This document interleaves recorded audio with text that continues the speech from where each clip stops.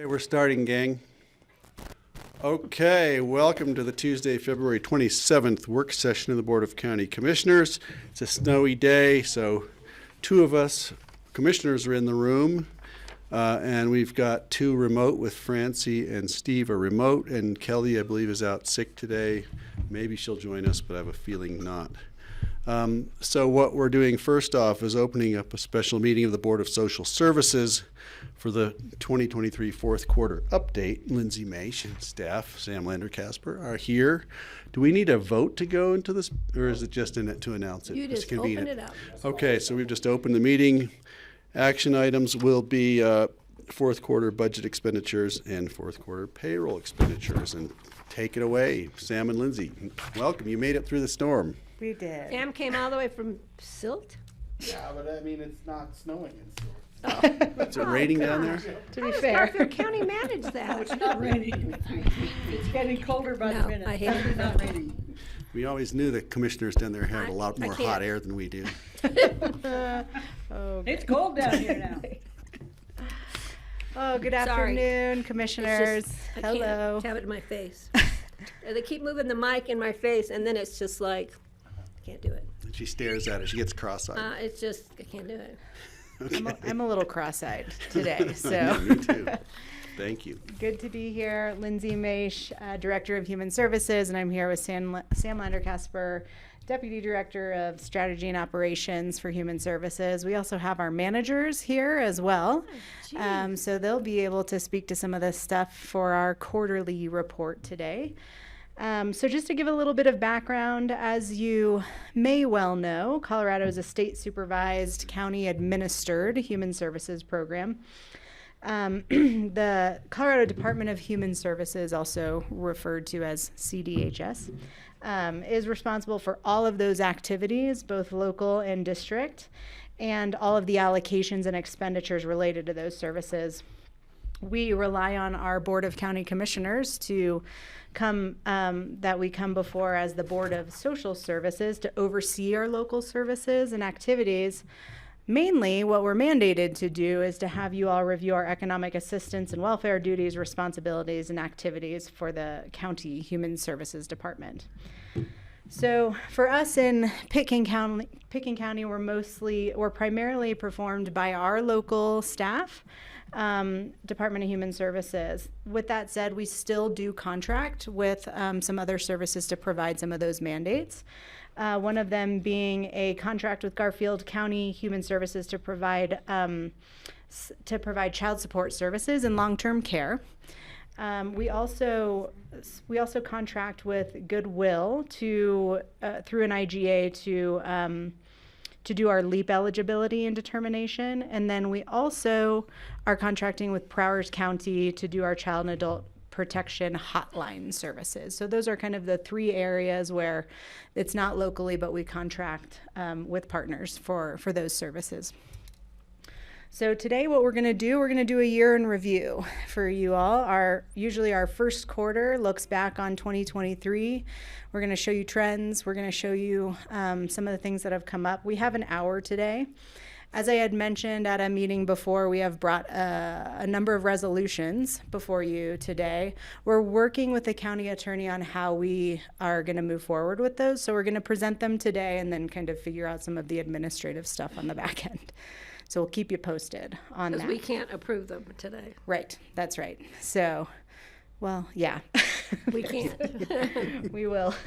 We're going to figure that stuff out. So we are going to present them today and then figure out the best way to pull all of those forward for future meetings. So with that said, our human services functions, I think we just went over quite a few of these, but economic assistance, which is eligibility for all of our public benefits programs, the Healthy Community Fund, which contributes around $3 million to a social safety net of nonprofit partners. Protective services, which is prevention and intervention. Senior services, which is meals, nutrition, programming, and information referrals and advocacy. And then veteran services, which is our assistance with claims. And then additionally, if you recall last year, we've made an expansion to that position that also does a lot of outreach as well now. Next slide. Thank you. All right, I'm gonna hand it over to. Oh, he's not here. I was He was here. just texting to see if Stuart was on. They were right behind us, so I don't know. Yeah. Well, maybe we want to come back to this because Stuart really is the one who can speak to this. I can jump I just ask a- to economic assistance if Yeah, we want. hold on a second. Can Patty I has just a ask a question. question about veteran services? We expanded the program. Do we ever see him? I don't see him at any of the veterans parks events or. I know that Adam was at all the memorial services. He's but working. He never. Isn't presenting yet. He is engaging with the various groups that put on these events to look at how the county can participate in that. I know that they had raised concerns around some of the folks who've been doing it for a long time might be getting ready to kind of transition out of organizing that, and he's No, looking. That's exactly right. They couldn't find anybody to step up and help organize it. Yep, and we're just looking at ways that the county can step in. Basically, how Adam Lazaro, who's our VS Veteran Service Officer, can support that without taking it over if that still wants to be a community group or whatever. So they are talking about that, Okay, thank and you. he's doing coffee and donuts and meeting with a lot of veterans. He's really doing a great job of helping people increase their access to the services that the VA provides. So Thank that's you. a lot of absolutely. It's not a super visible I role know, all I the know. time. He sneaks around. I'm going to search him out the next time. Yeah, no, and we're looking at ways to help bring that a little bit more public. It's been about a year now. He's really hit the ground running. Really got into the training. There's just a lot going on at Great, the VA. thank you. So but Appreciate absolutely that. great question. Great. It looks like Stuart's here. My sincere I apologies. was- Oh, worries. I'm That really was sorry. perfect How timing. was your feeling while you were still? Patty did a great job. I really, like I said, apologize, but pretty good excuse. So, I want to honor that we have a lot on our docket. And as I like to say, I'm a broken record, and which is a good thing when it comes to finance, because we want that continuity. And so I'm going to continue with that theme that for the fiscal year ending 2023, fourth quarter, human services continued with a lot of our trends that I had kind of highlighted in second and third quarter. And as you can see here, when we look at total programs, human services, our expenditures was under what we budgeted, which is a good thing. You'll also notice that so was our state and federal revenues. So our budgeted deficit was less. And then when we add back the property and motor vehicle taxes, we got 100% of that. That's excellent. And then our general fund transfer was significantly less, and that's because we didn't need all that was budgeted to make us whole for our fund balance. So as a whole, you can see that our surplus was less than what we budgeted. And so that's kind of that continued theme. We knew this was coming. There was a lot of things we weren't getting 100% of in terms of federal and state revenue, and we weren't spending 100% compared to budget. Maybe in the memo you guys noticed, I did attempt to add a lot more information, and I threw in some graphs, trying to have a little more visual representation that shows some of these trends that I've been trying to highlight. So you can see, I think, a great trend in child welfare. You can see that's a 3-year average of both revenue and expenditures. Year after year has just been less. And then another one, another analysis I really was sort of, let's just be honest, I was proud of it. In child care, and I'll give you guys a little background, and I'll try not to bore you on it. So Can you pull those charts up while if you're they're going not to in your the slides. They're not on the They're slides. not Oh, on they're the not slides, there. but Okay, but they're in sorry. your memo. So. Okay, the yeah, memo. I'm watching them here, yeah. Page Just want to 6. make sure if anybody else wanted to see. Yep, I apologize about No that. I should problem. have thought about that. It's poor presentation. So under child care, we, Human Services, along with every other human services in the 64 counties in the state, we get a report called Allocation Expenditure Report provided by the CDHS on a monthly basis. And that provides great details on our allocations and our expenditures. And so under child care, under expenditures, we have 2 buckets. So we have administrative expenditures and we have direct services. And so I just did a little analysis on there to see where we stood, because I noticed Pickens County's administration expenditures was much higher. And so I did a little research on that and wanted to compare where do we stand next to similar counties. And so I kind of pulled them out: Eagle County, Routt County, San Miguel. Are they similar to us? And they all have higher expenditures in that administration. And I think that goes back to something Sam and Lindsay and Matt and myself, we've all been saying, is that we, in human services, we do a lot of the application taking. So there's that administration. And yet many of our citizens, their salaries are too high. And so they don't therefore get the direct services. So that's where we have this strange disconnect where when we look at our expenditures, most of it's spent on administration and not the direct services that would be paying the people for that. So I just wanted to highlight that. So this is administration of services for applicants who don't qualify. Exactly. Yes. Thank you. That's a great, a much cleaner way of saying it. Interesting Yes. way to put it, yeah. That's right. Yep. So I just wanted to highlight that and then Is turn it there- over for you guys if you I have have a questions. question. Yeah. Are we working on that still? Is it getting anywhere? What can our Which part? representatives? The child care, just the child income care level. or the income? The income stuff? level for qualifications, we've been bringing it to discussion at the state level and talking to like a brick wall. Yeah, so it's done through advisory committees, policy advisory committees and allocation committees, and they're looking each year, especially what happens, unfortunately, is that the resort communities, they should frankly be pulled out, but we end up getting washed up into the balance of state, which doesn't really give us an equitable look at how our costs are differing from some of the balance of state, which are much more rural without the resort component and service industry that helps kind of drive the economy. So for us, we keep advocating, right? And the allocation committees are comprised of people, human services directors and staff from all different counties. Sam sits on one. So they're getting our input, but it doesn't necessarily influence usually anywhere. the allocation methodology. It may a little bit in different ways, like ceilings and floors and different ways to look at it, but really we should probably be pulling the resort communities out. Like he had mentioned, San Miguel, Route, kind of all of us are facing the same administrative issues where we're way underfunded on our administrative costs because just like Greg said, the work to work these cases, there's still the work to work the cases.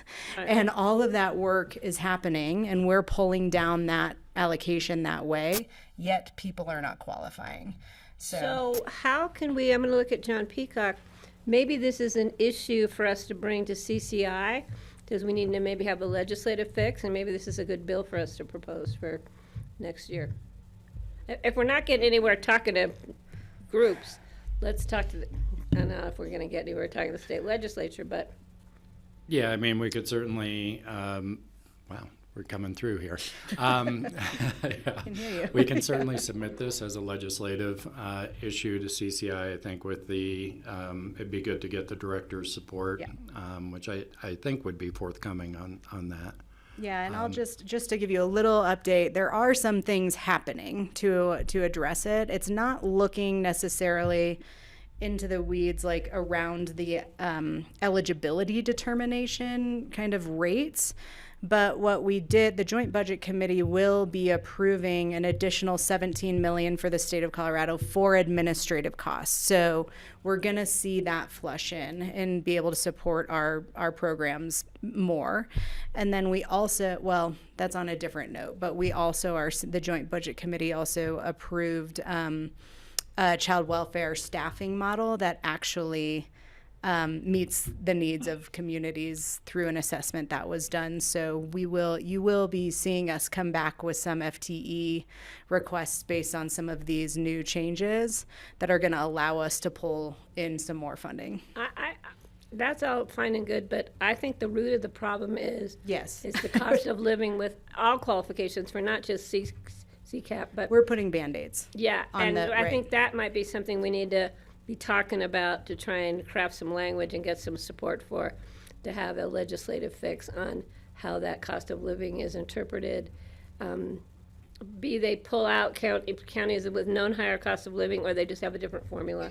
But we need to fix it. I've been hearing it for Yep. 22 years, and I think maybe we should fix it. And historically, for context, there used to be a floor on the income limits, and the counties were able to set And at one point, we had so much demand that we had to lower our income limits. We had historically been higher than the rest of the state. We had to dial it back so that we could try to stay within our allocation. You remember we used to overspend our allocation by 100%. Oh, God, yeah, I remember that. And then with everything that changed around cost of living, the state also implemented where they are the ones who determine the income limits for each county. We are at the highest level, but the reality is if it were an option to go back to the counties determining, with there still being a floor, right? So you have a minimum income limit, but allowing us to have discussions with Kids First and find a happy balance based on our allocation where we could say be at 325% and Kids First could take over from there. I would hope that's a conversation that can happen somewhere because it's think that's- possible. Something we should discuss early in the summer so we're ready to go in the fall with our proposals we give to CCI and see if we can't. Great suggestion. Thanks. Yeah. Let's keep going. Thank Next you. slide. I think that's, yeah. Oh, wake up. This is just the, yep, There we go. just showing the costs on a quarterly basis that flow back into the previous one. You know, the only thing of note is you'll just notice in the fourth quarter, we had the highest expenditure for admin and economic assistance, and that is easily explained. We had a pass-through for housing navigators, so we received $150,000 and we gave out the $150,000.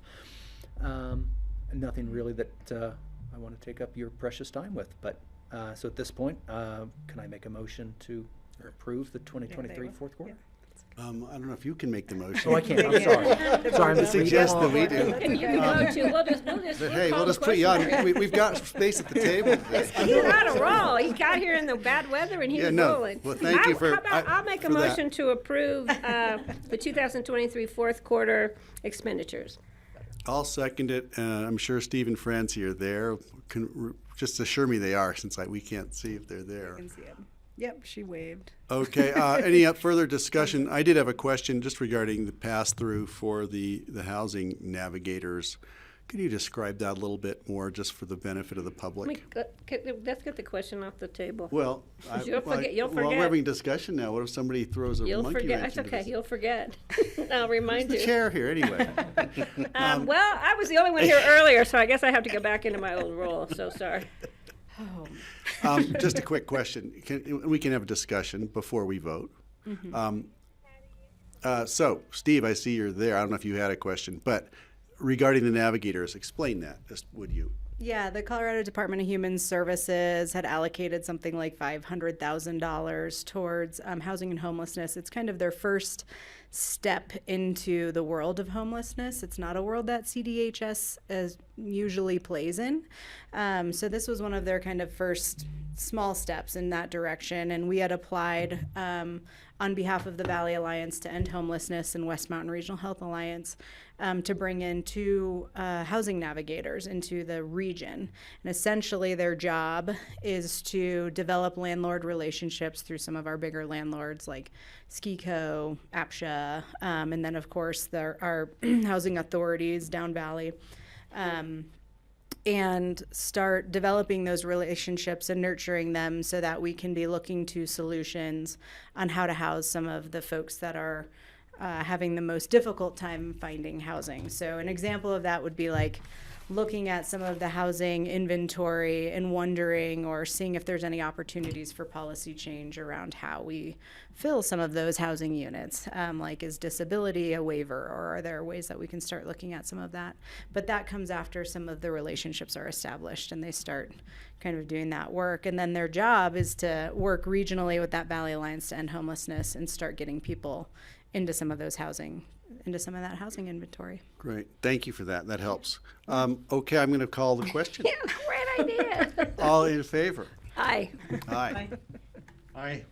Okay, I heard it. Francie indicated yes also. She's got an eye also. Did you not hear me? Yeah, I we thought heard I you. heard We hear you, you, but I wasn't certain, but thank Okay. you. Yeah, now, All right, great. I'm just not seeing it, so thank you. All right, let's move on. Good job. I'm grateful for your proactiveness, keeping it moving.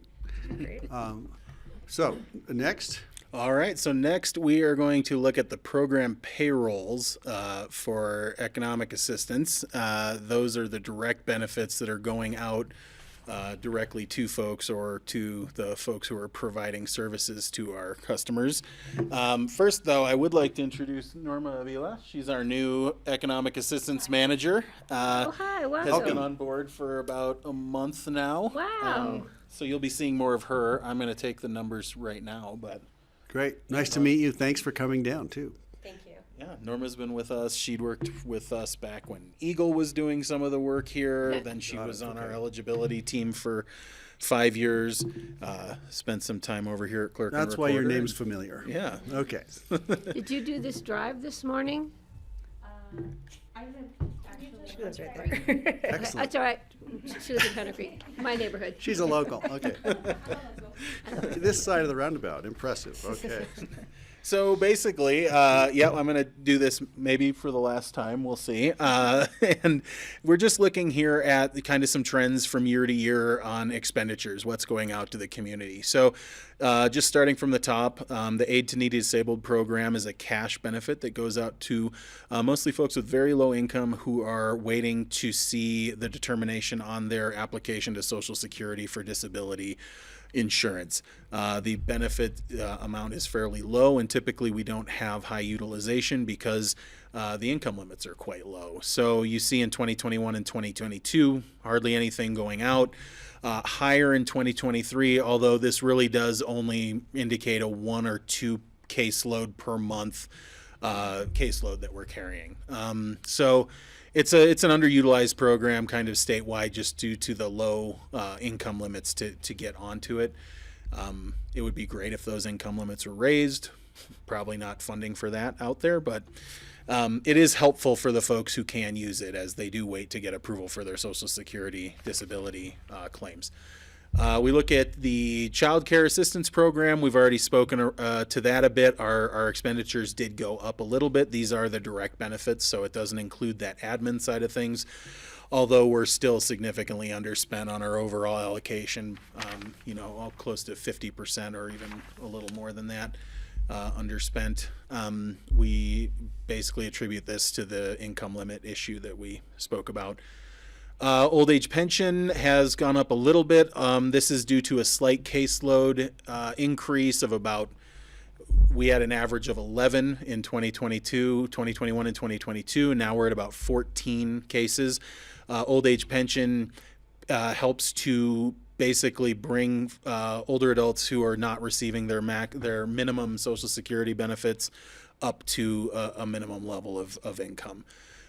So again, it's a pretty low benefit amount, but it does help folks out who are on those fixed incomes. Do you see that demographic increasing in quantity? It seemed, I heard today that 65-year-olds will be the most plentiful age group in history this year, and moving up from that, we see an aging baby boomer. I'm just wondering if this is something that you anticipate growing, or if the state does, and if they're thinking about that. I don't think we'll see too much of an increase in our caseload just because that limit is so low. I think, Norma, do you know what the maximum is for old age pension right now? 860. So if you're making over 860 in Social Security or whatever your retirement is, then you wouldn't qualify. So it's only for those folks making under that amount, and it supplements up to And that that's per month. 860. Right, exactly. So probably not a huge increase, though we might see some. Right, got it. Thank you. So we've got the Low Income Energy Assistance Program, which is a program, LEAP, that helps pay people's heating costs. We did see kind of a return to normal this year, and one of the things I think that might have been the change in 2022 that we saw is that's a year they started back paying overdue balances for folks. So you did see some people who had past due balances that got paid off and then also received the benefit they were eligible for, and I think that kind of stabilized this year. Overall, statewide, that program is underutilized. They are giving us money to do outreach. We did multiple outreach events last year. Didn't see a significant increase in applications. Don't really know why. So if folks don't know about it, please apply. It's a great program, can help pay your heating costs. How many people do you think you have, or households do you have in the program? So it's not a monthly thing. It's per application. You get approved annually. And I believe we had around 112 claims last year, if I remember correctly. So we know that, and the income limits are substantially higher than most of the other programs. I don't know them off the top of my head, but it's more akin to the income limits of, say, child care or Colorado Health or Children's Health Plan Plus, so higher than food assistance and other programs like that. So more people probably qualify than they realize. Hopefully we can get them to electrify when they sign up. Yeah, and there are ways, we hope that they can connect with CORE as well. This is a great way to make that introduction to getting involved with Great, LEAP. thanks. So, Thanks for thinking about that. yeah. We've got the Colorado Works program, which it looks like zero went out this year. That means zero went out in what is called basic cash assistance. The income limit to get in to that program, and I have this here, right, is $331 per month for a single parent household with a child. So if you make more than that, you can't get basic cash assistance, which is a monthly cash benefit. That number comes from, I believe, 1996 was when they actually changed it the last time. There are what's called diversions, which is another aspect of that program where if your household's facing a financial emergency, you can receive some assistance, but then that comes with that emergency aspect to it. So mostly where we see these benefits being paid out is through contracting that we do with agencies that are providing services to TANF-eligible households. So we contract with the youth center. We've done some work with prevention work with our adult and family services team. So that's how we're utilizing that allocation. Those funds are not leaving Pickens County, going back into the coffers. So we are trying to utilize them the best we can. Great, thanks. And finally, we've got food assistance. You see a pretty decent drop there. That's largely attributable to the fact that the emergency benefits ended at the beginning of this year that were going on during the public health emergency. Our caseload has actually remained consistent and even gotten higher. So we are seeing more people on than were on during the pandemic. However, the benefit amount is not as high as it was. I think the average per person right now is $210 per month, which equates to about $7 a day, which I think everyone in here knows doesn't go super far with the way things cost. So we're glad people are getting that help, but we also want to hopefully direct people towards our other, like Lift Up, Harvest for Hunger, who's got their free pantry up in Snowmass, just so making sure people are getting the food they need. Got it. And I just want to make sure I'm clarifying, just on your top of your chart, it's year to date, but clearly that's the entire year for each of those years. Correct. Yep. Through the end of Q4. Yeah. Year to date across the board there. Great, thanks. So if there aren't any questions, Steve or Francie, any questions?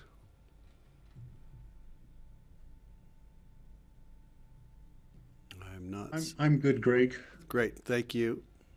And I would make a motion to approve the 2023 fourth quarter payrolls.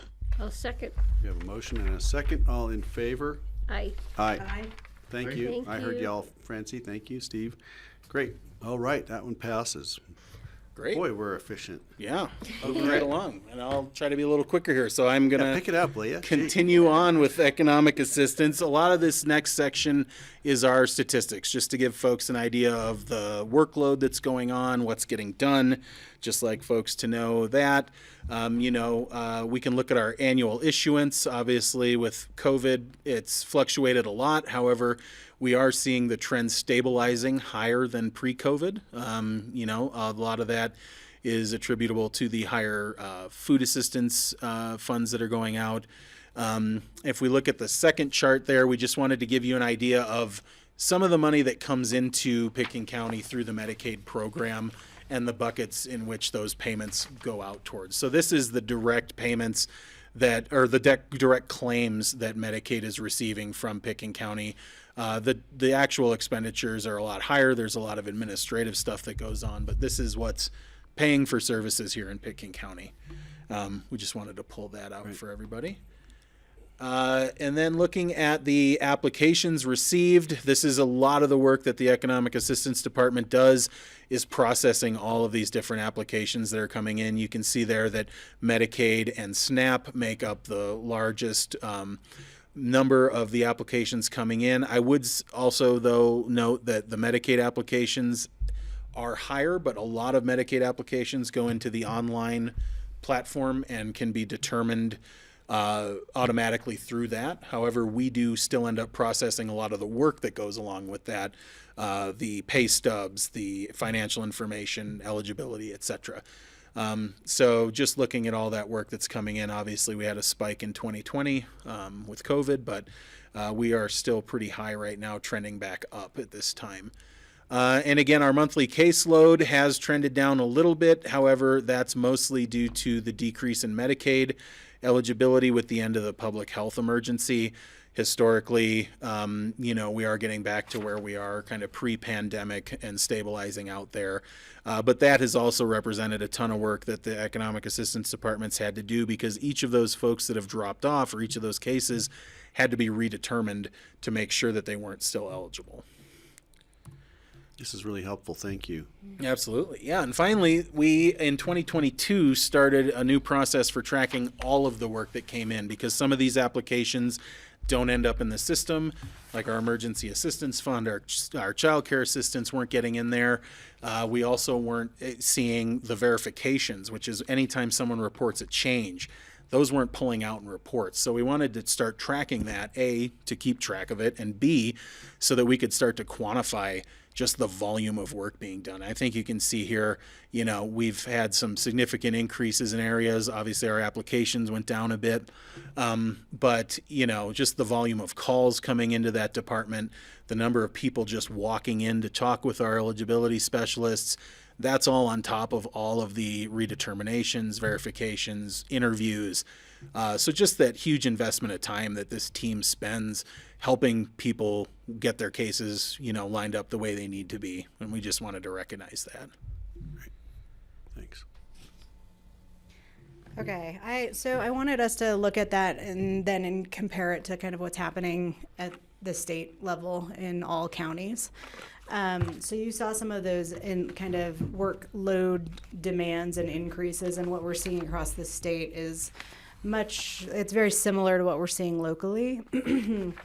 Really what we're experiencing, and the way that I'm hearing at state level this being discussed, is that it's more work and we're doing it in the same amount of time that we have done it over all of these years. So when you see the county work on hand over time, that's essentially what Sam was just showing you in that last slide. We're just seeing much more work having to go into touching these cases. They're being touched more times than they have historically for redeterminations through the public health emergency.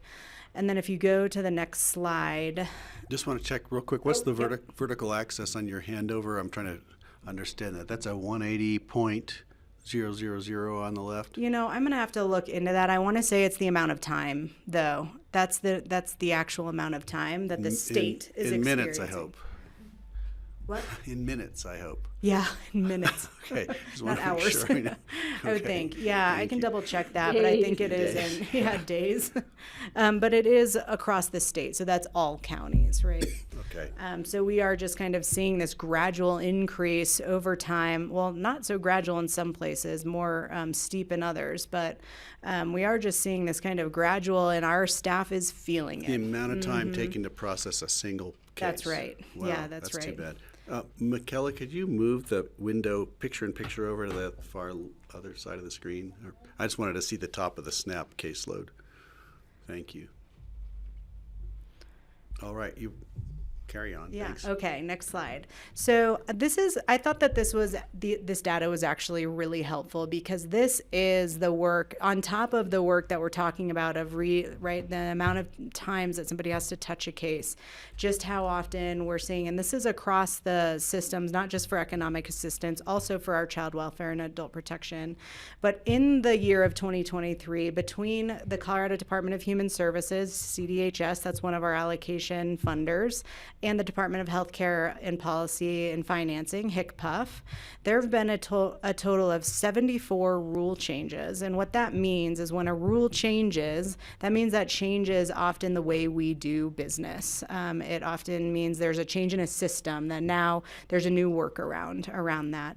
There have been 280 memos that have been issued, and I only had, just so you know, I have 52,000 emails in my email because of the number of memos that come through, the number of changes. We get an update every single time some of that happens. That's being forwarded. Our staff are getting that in different ways. 271 changes in CBMS. That's the benefits management system, which if you think about that, that is more than one a day, I believe, through work days. So changes in the actual workflows and the way that our staff are having to attend to the cases. So a lot of times we're not even aware of some of those. We can't get ahead of it as fast as it's happening. There are 600, and just in 2023, 638 pages of regulations of potentially changes of how we determine eligibility for public assistance programs. 364 different desk aids and process manuals just in 2023. So those are the different ways now that we are processing services, and a total of 313 web-based trainings. Are these are new in 2023? Just 2023. Yep. Wow. So on top, right, it's one of the reason the complexity of the cases has become so tough is because we're trying to keep up with all of these rule changes, policy changes, the different trainings that come up. And there's just with a county as small as ours, it's in the generalist nature of our workers, it is almost impossible to stay ahead of this. So a lot of times we're catching up to learn what that new thing is or whatever those changes are. You know, Norma has just come back to us and is taking some training in the 1 year that she has been gone, realizing just the number of changes that have happened in these programs and how that actually impacts the services. So that just seems unmanageable. It just seems unreasonable. But you have to comply with these, right? This isn't something we can just say, we'll just file that. Well, we wish we could sometimes. So yeah. my next suggestion was going to be. I think it shows us that we need to give the state more work to do, so they're not doing all of this stuff. Don't give We've us thought more. about that too. I was just going to say, against all of my better judgment, I was going to say, this sounds like something that an AI program could process for you, so you don't have to look at all this stuff. That'd be nice. We just need we need Siri to take care of this for us. Yeah, I think it's one of the reasons we're seeing the Joint Budget Committee really come to the table and approving additional administrative, right? Because they see this is administrative cost right here. So they're approving additional money there. They're approving through different, right? So they're recognizing it. And I think there are some, what I would say, I know that 17 million doesn't seem a lot, but when you when you spread that out to the balance of state and the Big Ten, it ends up not impacting us too much, but a little bit, where we are going to get some additional support for these admin costs.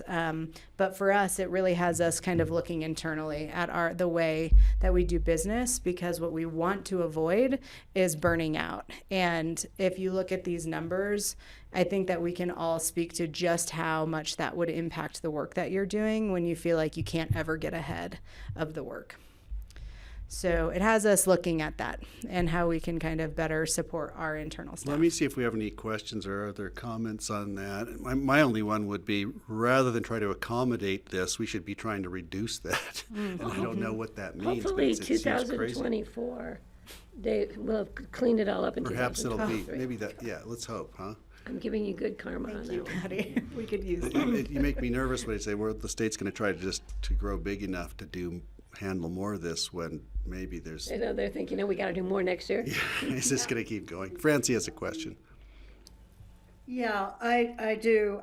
It's really a comment. When I read this yesterday, I just thought about all these hours doing this bureaucratic paperwork instead of actually servicing the needs of people. And I just thought, this is so misguided. Something has to change with this. It just doesn't make any sense for you guys to be spending all this time implementing these changes when probably the way things were before these changes came was working just fine. Right. Yeah, it's easy to think that, right? Yeah, thanks, Francie. I felt that way too. I'm going to keep us moving here. Steve, if you want, just yell at us, and we know you're there. Do that. Okay. All right. And I have to compliment you all on the charts. I really love the charts. There's so much information that we can pull from this. We're going to bring quickly. up Kelly Kirkpatrick, who's our manager of adult and family services, and we've also invited Catherine Sand here today, who is the executive director of Aspen Family Connections, to speak about that partnership and how that may be You guys will impacting each some of need these a numbers. mic, Yep. so Great. Welcome. Nice to see you. come on Thank you. over.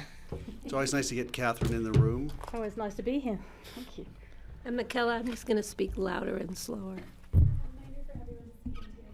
Yeah, and it's in front of me. make sure the it's red just- light's on. Thank you. Great. All right. Let's go. Thank you. So I have two graphs up here. On the left is child welfare referrals and assessment, and on the right is child welfare allegation by type. This is important to look at this year because in 2023 we actually saw a decrease in our acceptance rate. We view that as a really positive thing, and it's expected given all of the time and resources that we've been able to put into prevention efforts really since 2016 when Aspen Family Connections came online, and then further in 2021 with the Family First Prevention Act. Essentially, so the reason that it's important, the graph on the right, that 73%, the biggest type there is no allegation. So we get a referral that comes to us and we're like, well, there's not really a child welfare allegation or something for us to do here, but this family is really struggling and needs some help. So what can we do because they don't meet criteria for child welfare? Since, and I'm not sure the date on that, we have for some time been able to funnel all of those, refer them to services with Aspen Family Connections. So we'll say, we can't help this family through child welfare, but we can make a prevention referral, and that's when it goes to Catherine's agency. I think that the bump in referrals that we've seen really speaks to our what do you call that across divisions, when we have really close collaboration. So we're getting all of the referrals potentially because partners know that when a referral comes to us, everything is going to be offered services no matter what it is. A little bit of a concern that might be dropping off this year, or we'll have to make some changes, and I'll let Catherine speak to that. So prevention efforts are responding to those lower level ones, and then the highest acuity needs really go to child welfare, which for a small county can be pretty time consuming. They recently did a workforce study across the state, and my main takeaway from that is that in smaller counties, the jobs that everyone does in child welfare takes a lot longer time because we're generalists, and the cases that we get are just as complex as other places, and in larger counties they have an entire division doing just a small portion of my job. So we have to have a wide and kind of high-level knowledge of a lot of areas across child welfare to be able to serve a smaller number of people here. That workload study is something that Lindsay had referenced, suggesting that we should be funded at a higher level to support more child welfare staff. I think it was something at like 3.5 FTE. Does the state actually pony up when they did the study, but who pays? Do they The give Joint us money to Budget hire you? Committee has committed those to, so okay. for the state of Colorado, it was a total of 242 child welfare workers. For us, I think it was 1.9 is how in Pickens County, the recommendation for the number of staff that they said we need to be increasing. And a lot of that study did focus on the prevention efforts in the way that we actually pull down this allocation. Because at this time, the way we pull down the allocation, we have to be doing an assessment. So for a lot of those individuals who aren't getting an assessment, we're not able to pull down that allocation. But this county has invested in supporting prevention efforts like Aspen Family Connections. And that's where, when Kelly says this is a really good thing that we're seeing less, right, where we are doing less assessments, that's good. That's what we want. that to me means that our child prevention efforts they're working. So hopefully the JBC has approved those, and so we'll be moving forward. Like I said, we'll probably be coming back to you soon with the way that we're going to have some internal conversations about the way that we actually are staffing that, but that will be coming Question soon. regarding the 73% of no allegations. Those are the ones referred to Aspen Family Connection. What percentage of that are you actually seeing? Do any fall out, or do you get them all? We don't get them all, but we do a pretty good job. I would say probably about 70 to 80%. So most of them actually do come to you. Well, we get them all. Oh, you do? Okay. But it's a voluntary program on a voluntary basis. So the extent to which we can actually get them and is it's not assured, but we think we're doing quite a good job Pretty of high that. percentage. Yes, it is a high Okay, great. percentage. So it sounds like a good safety net. I think so. And I think another reason that we're seeing less referrals that we need to take action on now is because those prevention efforts are finally catching up. Like maybe these kids have been receiving services since they were really little, and now we're not getting we're not seeing the need to intervene as they get older. Great. That's good news. And then part of the next portion does talk about Catherine's program. So I didn't know if you wanted to chime in now or. Well, super briefly, I'm an interloper, but I think the very fact that I'm here is kind of testament to the incredibly high quality of collaborative relationships that we have with Lindsay and her department and her excellent staff, universally excellent. And I feel that the county should congratulate itself, because I work with people in, throughout the state, and nobody has what we have, in my view. That sort of degree of exchange, interchange. Obviously, it's assisted by the fact that we're a small county, and we know everybody between us. But at the same time, it's not a given thing. It doesn't happen everywhere the way that it happens here. So I just, want to thank my colleagues, because it was far-sighted to create a family resource center to be that safety net. But it goes even beyond that, I think, because they do so much work in prevention. We do so much work with the use of your core funding. We have excellent day-to-day relationships. Right. Great. So I just want to thank them. So as I've said, I included a note.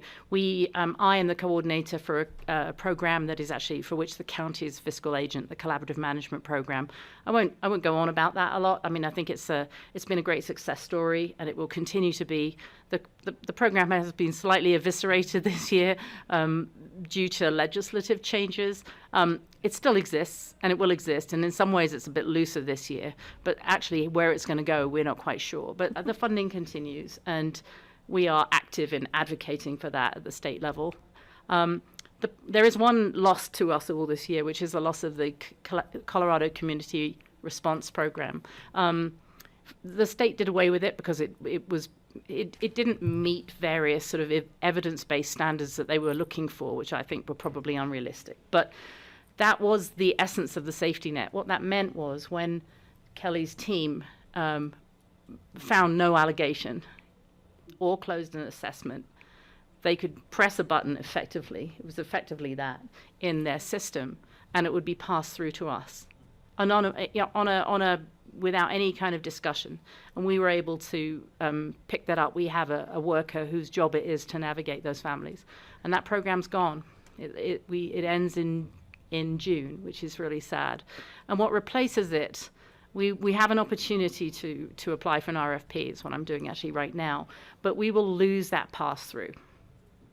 And I think what that says to me is we're just going to have to work extremely hard with our referral sources, all those people in the schools and throughout the community who make child welfare referrals, to understand that they can also refer directly to Aspen Family Connections.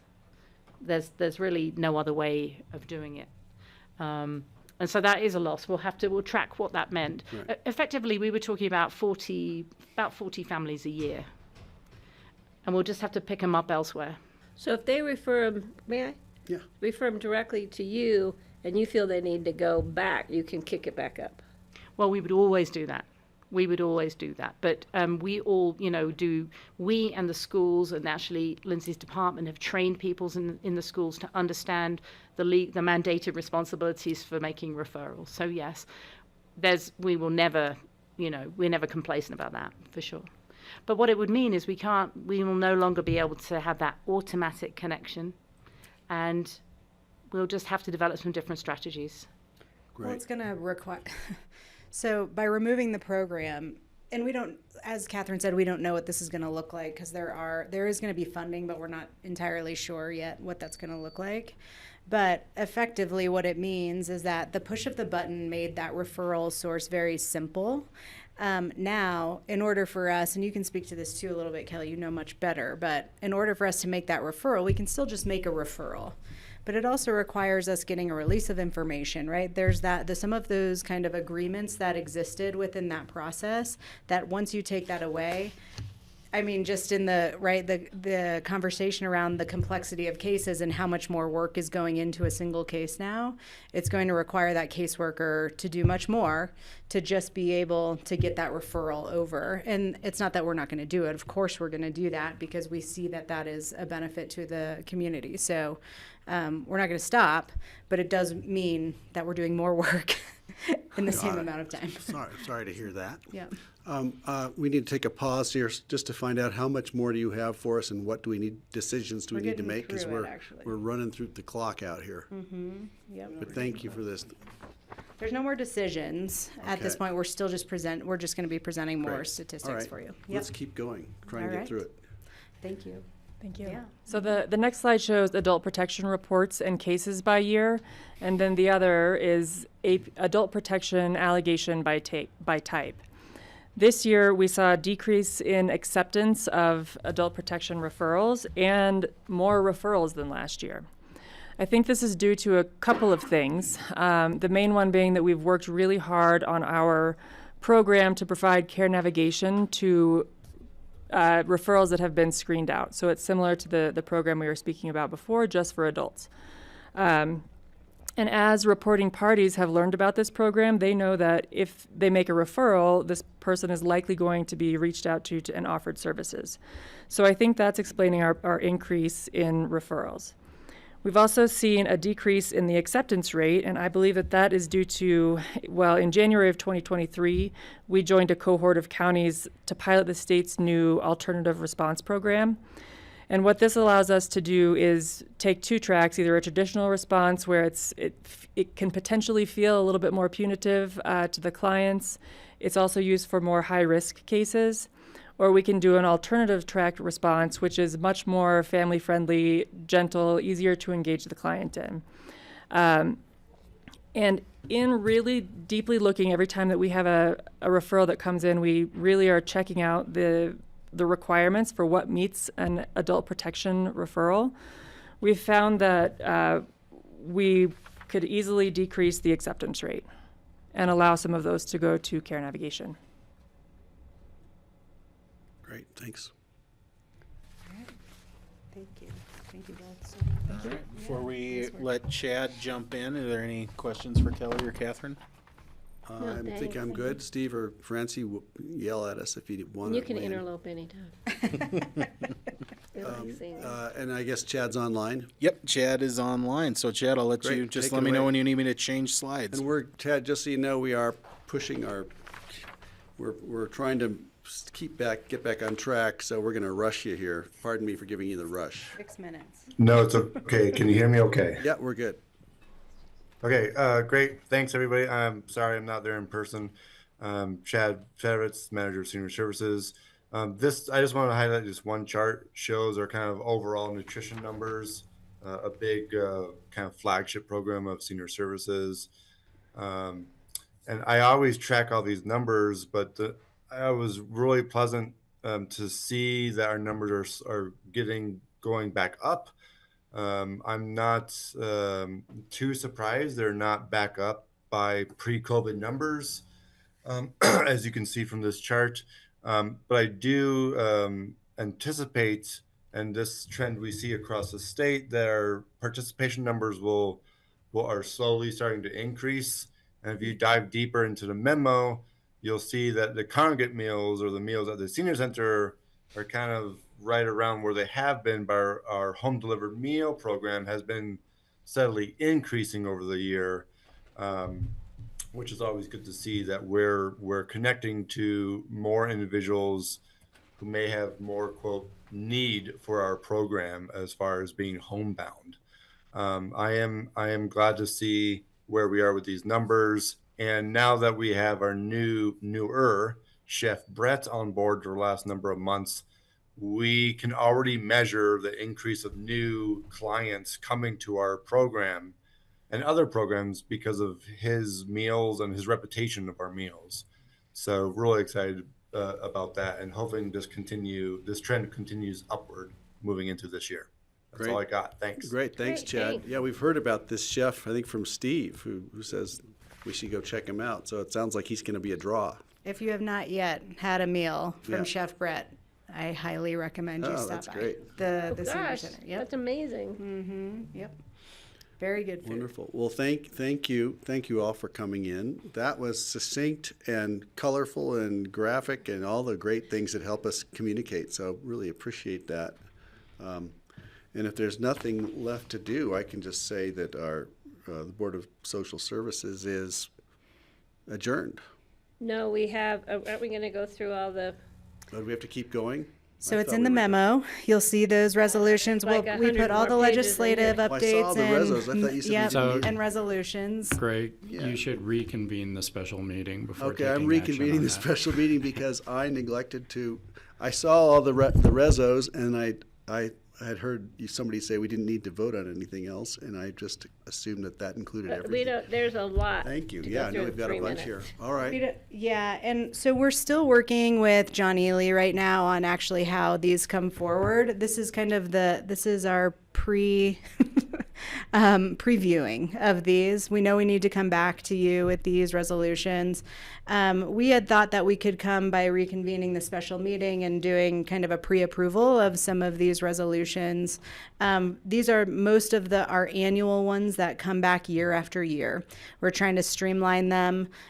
We still don't know exactly how we're gonna move those through. So as I figure that out, then we'll be coming back. So you're trying to take them off our regular meeting agendas and put them into our social Into our services social, meeting yep. agendas? Mm-hmm. Okay, because Yep. I'm like, what do we used to allow Nan just to approve some of them. Remember, we Yep. kind of tweaked that? Are we still doing that? We are not doing that any longer, which is why you've seen us so much over the last year. Because we like seeing it. What we were trying to do was get these, let's see, how many are there? 6 or 4?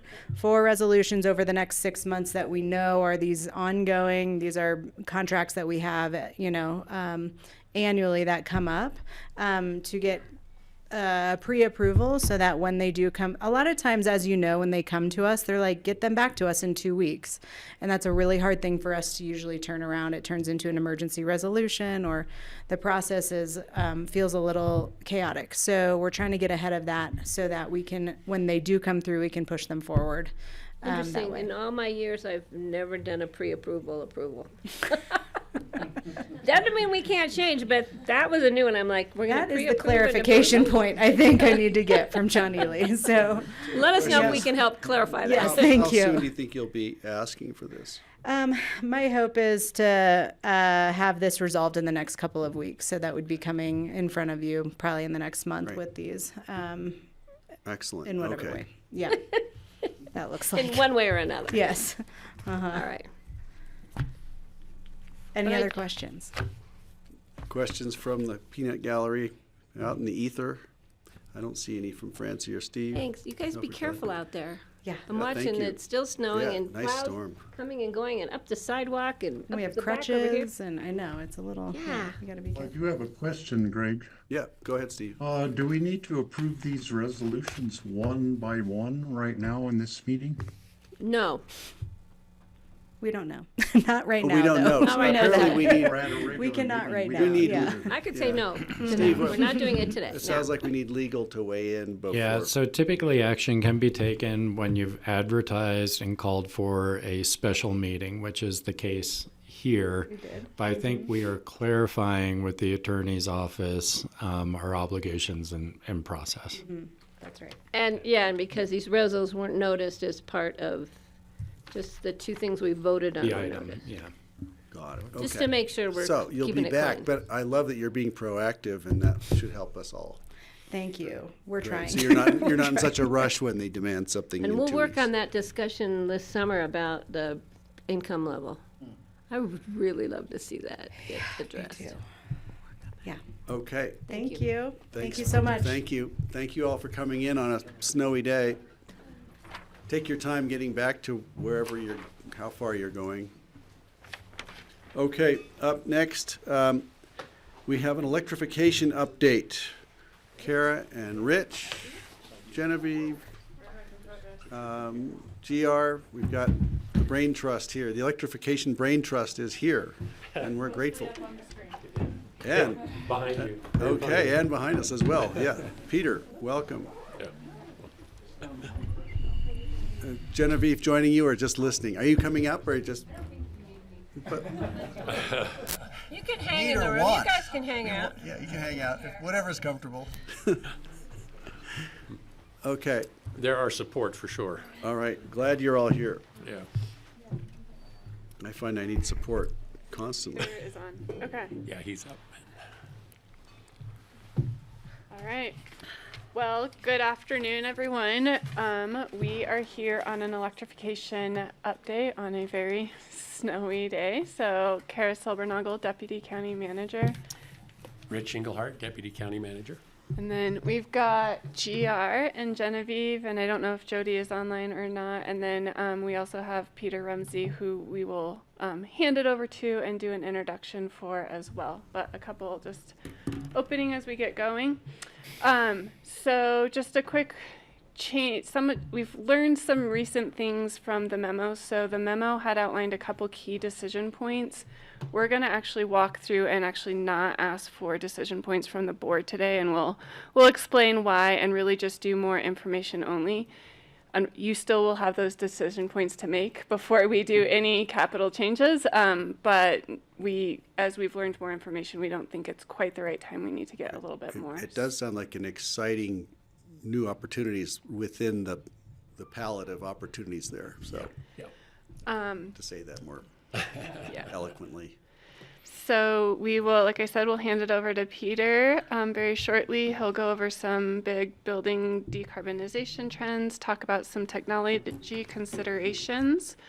We'll walk through, I know there's a lot of enthusiasm to talk about some of the library snowmelt considerations, as well as some considerations about the HVAC scope, and then leave time for some discussion and questions. Genevieve, just looking out the window, I don't see what we would need snow melt for. Nice shed protecting your. Yeah. Teasing you. Yeah. So as we kick off, one of the things that we, especially in the past couple of days, is, this project, the reason we got funding from DOLA, we really are the early adopters. We are leading on the idea of retrofitting buildings. We are not the only ones doing it by any means, but the technology, it's very dynamic. It is moving very, very quickly. And so that is some of the changes that you'll see today based on your memo, and why we're going to hold on any decision points and actually move forward with some integrating it within the RFP. Is this a cartoon you found, Kara? Because I love that. I don't get it. So you're going to have I to love it. simplify in the next time. Well, this is what I think you were complaining about this the other day, or commenting that when we're out so far in front doing all these progressive things, Yeah, that's we're why I the don't only get it. ones there. You don't get I'm why going to it's have to funny. work on that one. Still doing cartoon training. So. I know. Thank you. Last minute. Sign me up, I because I approve never this go to those cartoon. trainings anyway. I saw you taking the picture of It's it. a split decision on the cartoon. Well noted. We'll find other ones. It may be that way through this whole thing. Yes. I'm working on it. I'll get it at the end of the day. Well, we are very excited to introduce you all to Peter Rumsey, who runs Point Energy Innovations. as we were starting to walk through what a scope would be for the library and building, or excuse me, HHS electrification, we're learning as we go. It's very dynamic, and we thought we need expertise that we don't have here if we're really going to start taking this on for all of the facilities. And through some different connections, we got introduced to Peter and have brought him in outside of the DOLA grant to really help us shape this scope and lead the way. And we've had lots of learnings in the 3 weeks since he has been out here and been on site and taken a walk around. So, Rich, anything to add? I don't, other than that GR and Peter have become best buddies here Yeah. of late. They've really been putting a lot of effort into this. So, but we enjoy having Peter on board. He's a wealth of information. I think you're going to enjoy his presentation here. Well, welcome, Peter. I want to brag that I actually was a subscriber to the ASHRAE Journal at one point in an engineering career very long ago. It was quickly cut short. There's nothing more exciting than ASHRAE Journal. Oh, yeah. I'm just trying to figure out the vegetation behind him in the picture. Well, Peter, I'll hand it to you and you can introduce and just tell me next and I'll move through the slides for you. Great.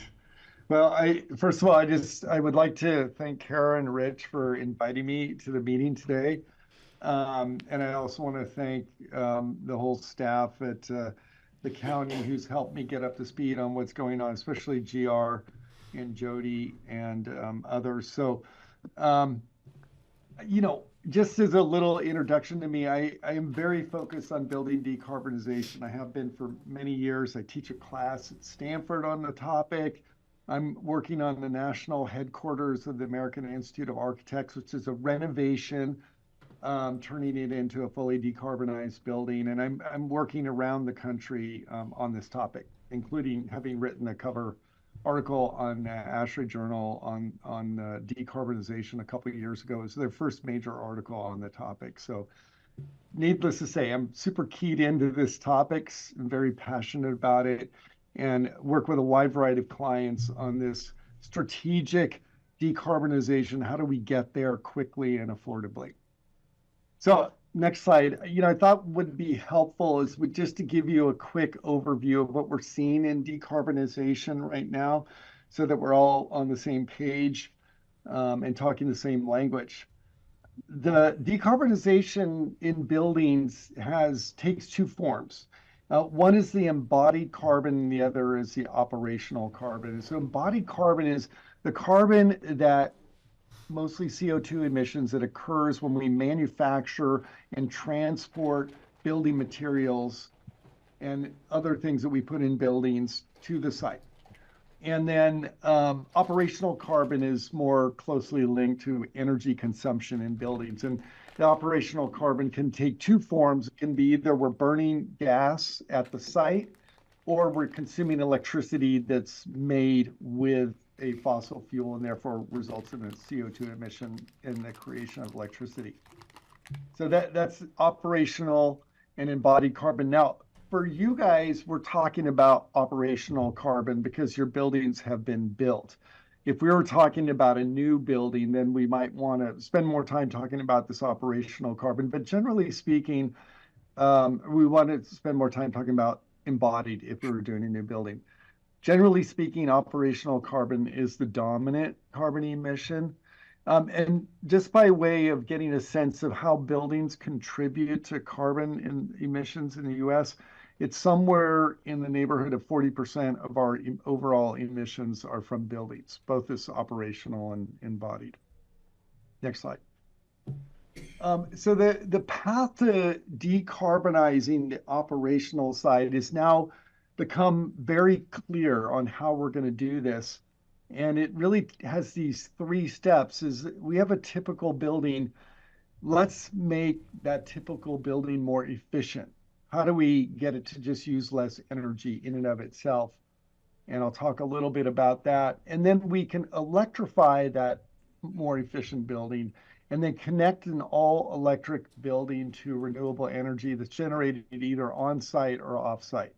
And I think what we're seeing, the evolution, is the vast majority of renewable energy in America. If we look forward to where we're going to be in 20 years, the vast majority will be off-site electricity, renewable electricity, because it's cheaper when it's done in bulk. But that doesn't mean that on-site, doesn't make sense. It still can make good environmental sense and economic sense. Next slide. So just to dive into this energy efficiency idea for a little bit, there's a lot of blockbusters as well as small steps that are out there. Some are ones that are very much part of the mainstream now, like these three on the left. LED lighting, we're now basically the market for new lighting equipment in the US is pretty much converted wholly to LEDs, and globally it's similar. The estimates are somewhere in the neighborhood of 200 to 400 power plants globally the need for them has been eliminated just by this one technology alone. Low emissivity windows, it's sort of a quiet, not very sexy thing, but very impactful, and it's becoming more and more the norm in buildings. Variable speed drives, again, something that's in the background but has had a big impact. But if we look forward, some of the new blockbusters, and there are many, but I think two of them that are very important will be heat pumps and induction cooking. And so these are electrification strategies, but they're also energy efficiency strategies. A heat pump uses less energy to make the same amount of heat. And it roughly uses 1/3 the amount of energy as using electric resistance heating or just burning natural gas directly. Induction cooking similarly heats the pot, but not the space around the pot. And so it actually doubles the efficiency as compared to burning natural gas. So these things are big energy efficiency moves and are ones that are also part of the whole electrification push. Peter, can I ask you quickly, just so if we question on next slide. Peter, Sure. question on the variable speed drives. I had never contemplated that. Could you just articulate a little bit more on, these are hard drives and servers in every building in the country? Is that what we're talking about? Well, yeah, variable speed drives allow things like pumps and fans to speed up and slow down. And the way that we used to control pumps and fans is a good analogy is you take the gas pedal in your car and you bolt it down to the floor, and then you control your speed by just pushing on the brake. So the motor's on full speed all the time, and you just slow it down. And we would do that with valves and dampers and things like that. But it saves a huge amount of energy, as you can imagine, if we just slow that fan down or slow the pump down. Okay.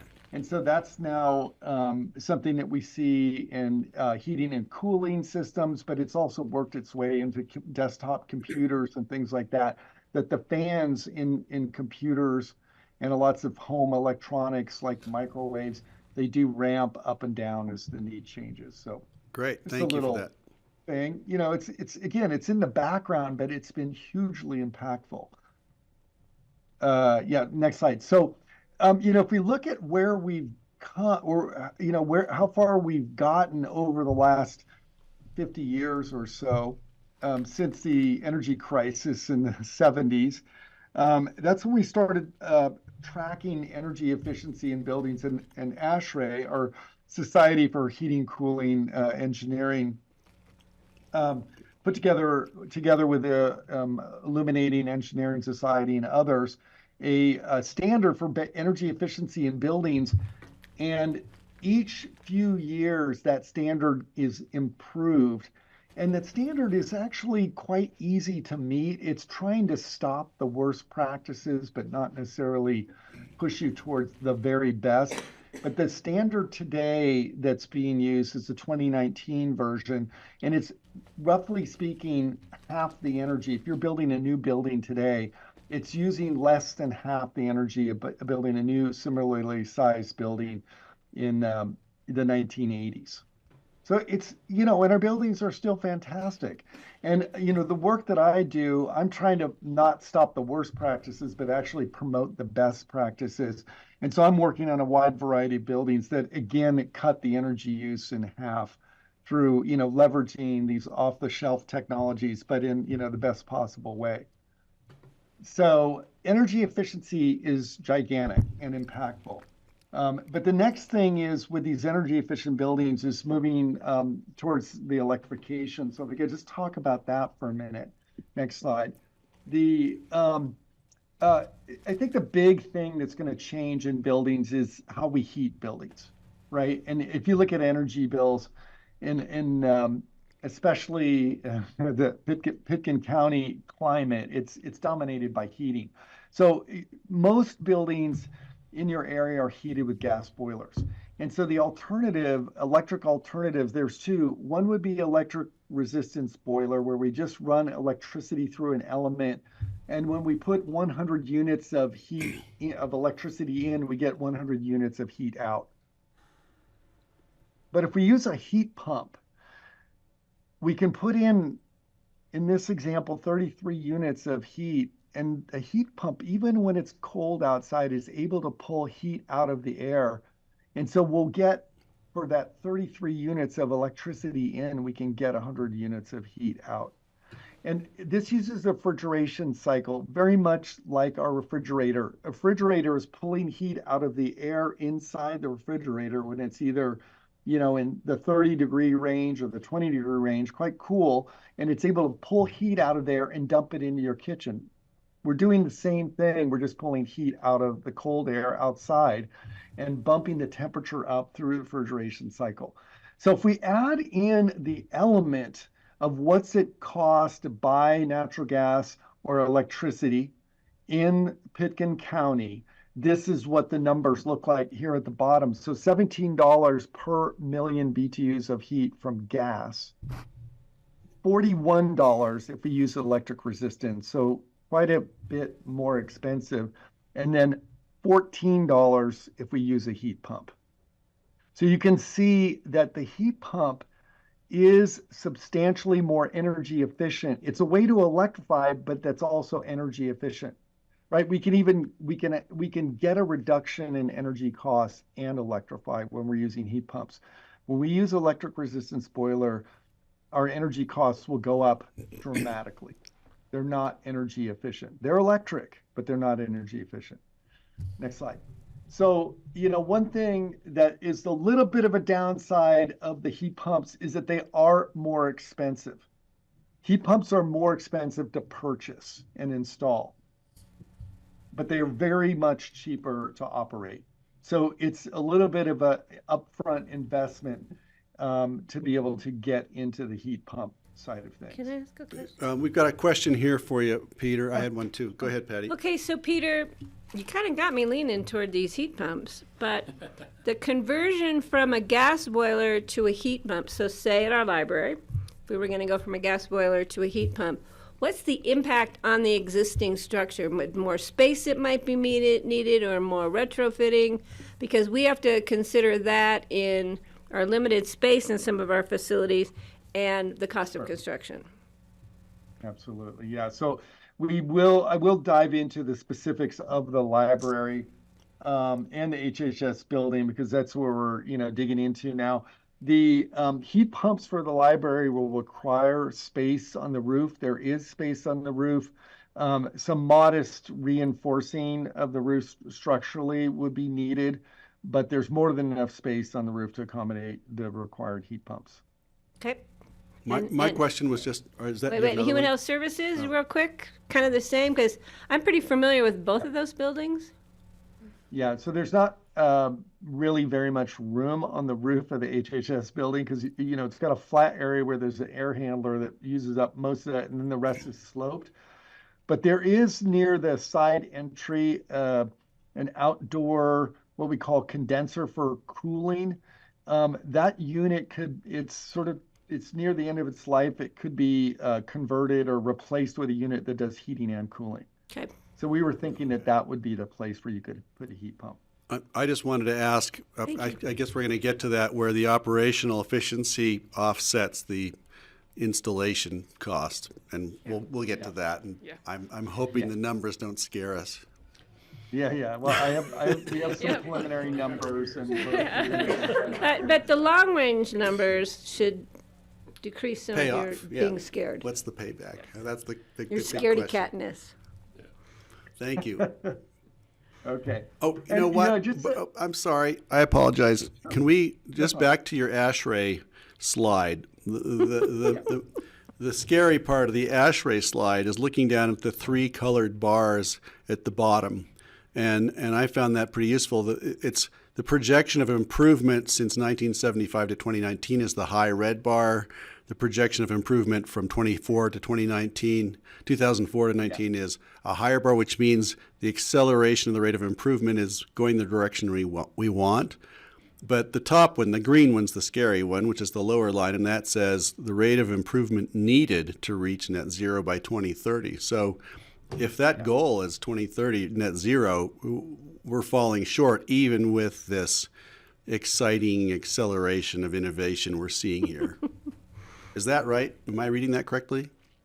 Yeah, I mean, there's a lot wrapped up in, you know, the goal 2030 and all these other things. And this, it's mostly relating to new construction. This is where this applies. So, you know, what we're looking at for you guys is it's mostly about existing buildings and how do we take those existing buildings and as efficiently as possible convert them to electricity and then connect those up to the renewable electricity, which luckily, you know, the city of Aspen utility is together with the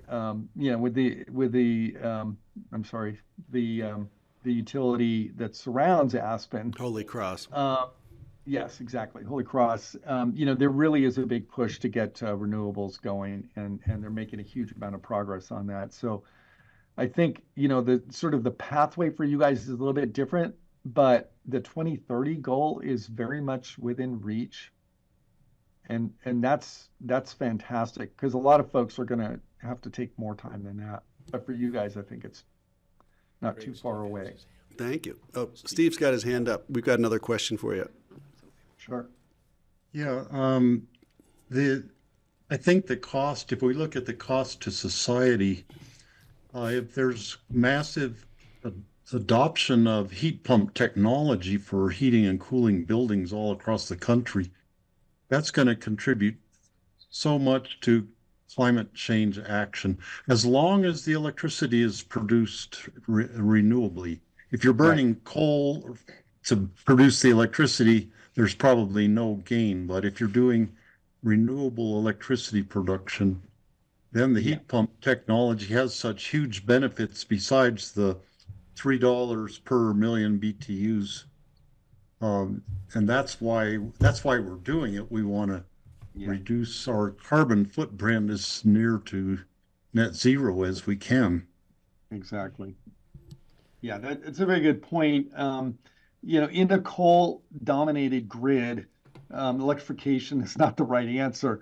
But what's happening in the U.S., throughout the U.S., is now renewable generation is cheaper than new natural gas and new coal power plants. So over the last few years, 75% or more of all new electricity added to the grid has been either solar or wind and some of the other small renewables. But so we have this thing where renewables are starting to slowly but surely take over the grid.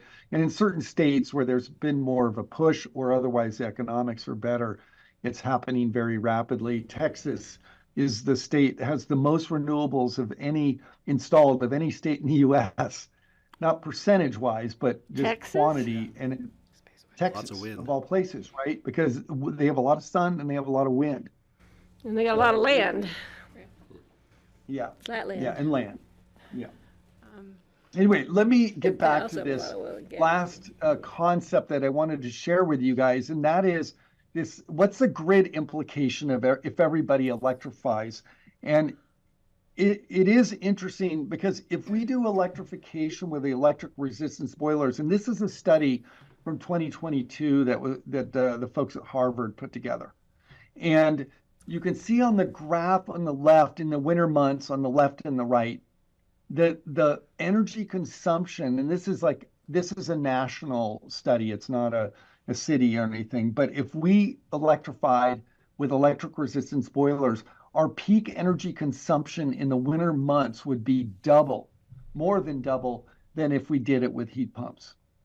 So there's some very big implications of that. One is it has a huge impact on the grid, the wires, the transmission, all of that, but it also has a big impact on the renewable energy that's required.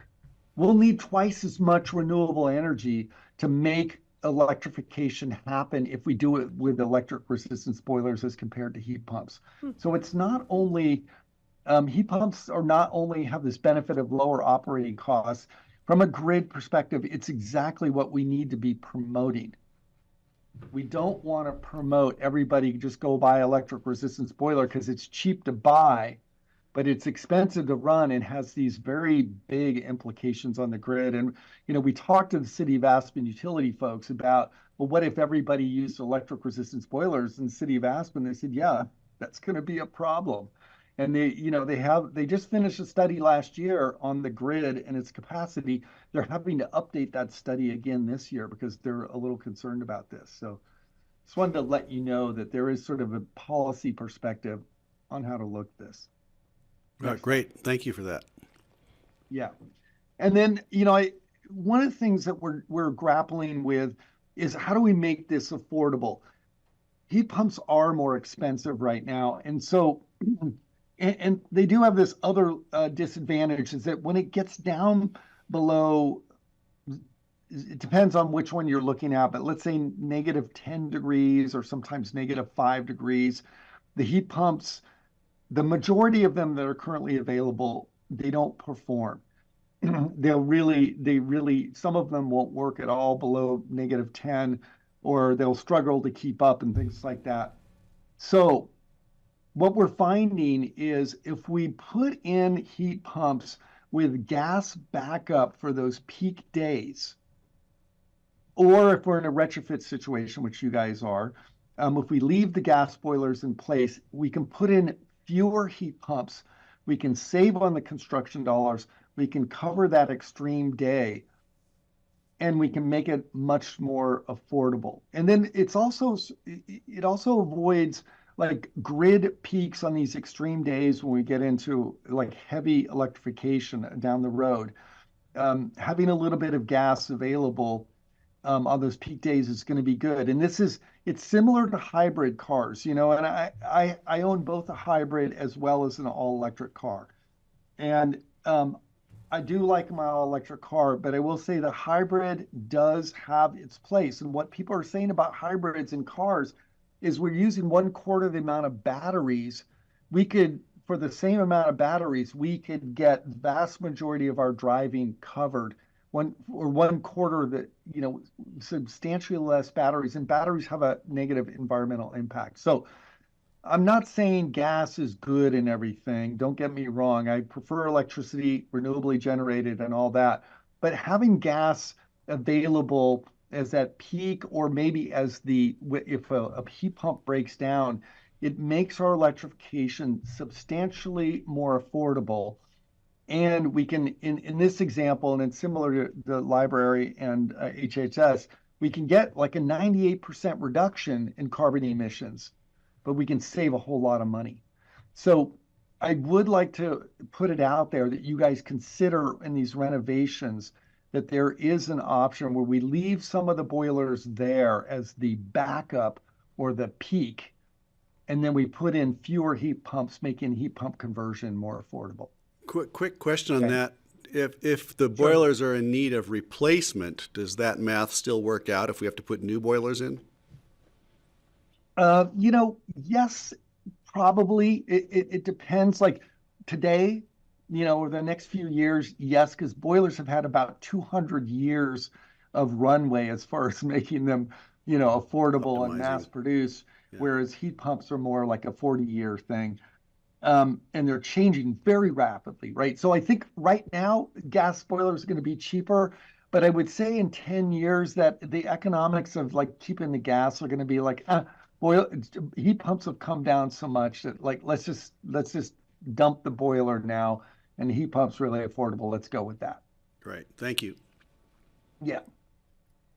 I don't know about all of you, but I think this is really exciting. Yeah. And Steve has his hand up, and then we'll hand it to Peter Steve, to walk through the specifics. Go ahead, Steve.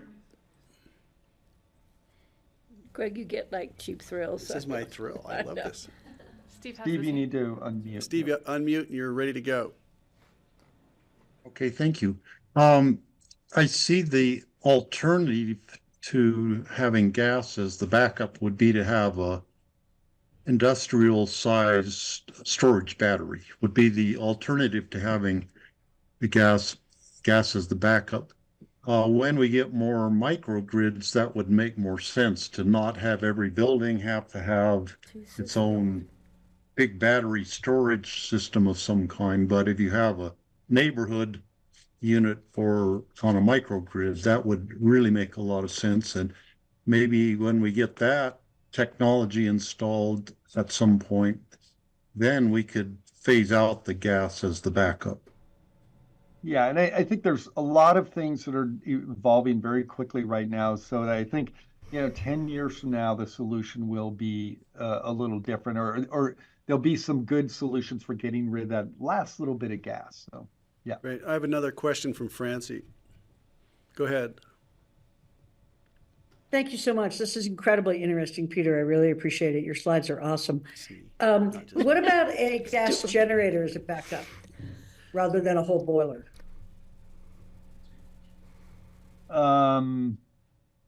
Gas generator making electricity is what you're saying? Or? Yes. Yeah. So when you produce electricity, the conversion of a fossil fuel to electricity, it depends on where you are, but like a commercial sized generator, it's usually in the 20 to 40% efficient. Oh. Right. So let's say on average, about 70% of the energy is lost in the form of heat and not converted to electricity. So in an extreme situation, that's what people do, either diesel or gas generators and things like that. But as a sort of a normal thing, it would be not advantageous.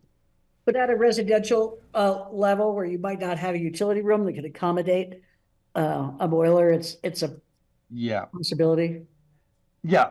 I mean, there are a lot of scenarios, and but I think there are scenarios where that does make sense. So thank you very much. Yeah, sure. Okay, let's keep going. Yeah, next slide. So, if you look at the weather, this is actually the weather for the Aspen Airport. And if we look at how many hours per year it's below 0F, it's 33 hours per year.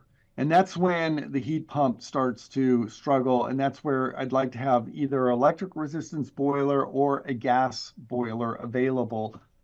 And that's 0.4% of the year. And so that's what I'm saying is if we combine the heat pumps with the gas boilers and it's running, let's say 0.5% a year or something like that, and then maybe when a heat pump has an issue or a hiccup, maybe it adds up to 1.5 or 2% per year. We're getting the vast majority of the reduction, and we're not leaning on gas hardly at all. So I just want to put it in perspective with this. Next slide. Yeah. Question from Patty. Yeah, my concern over having two systems is having two systems. You have to have maintenance on two systems. You have to have space for two systems, and that's a cost, and that's a question to me. We're all used to a couple of days with no heat because we have no electricity, and we make do. I live in Aspen, and so these are my temperatures, and and some days you wear extra layers of clothes rather than put in. For me, two heating systems, and so I think that's something we need to be talking about as we're moving forward. Do we have the space? Do we have the finances to have duplicative systems? And the maintenance for that is costly, whether you use it once a year or twice a year. Yeah, it's a good point.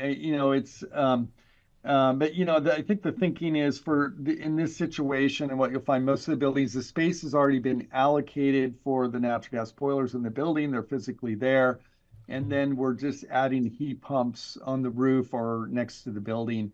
And so, from a space perspective, but I do get what you're saying about maintenance. We've got and complexity because we want to try to keep these systems simple. So, all right.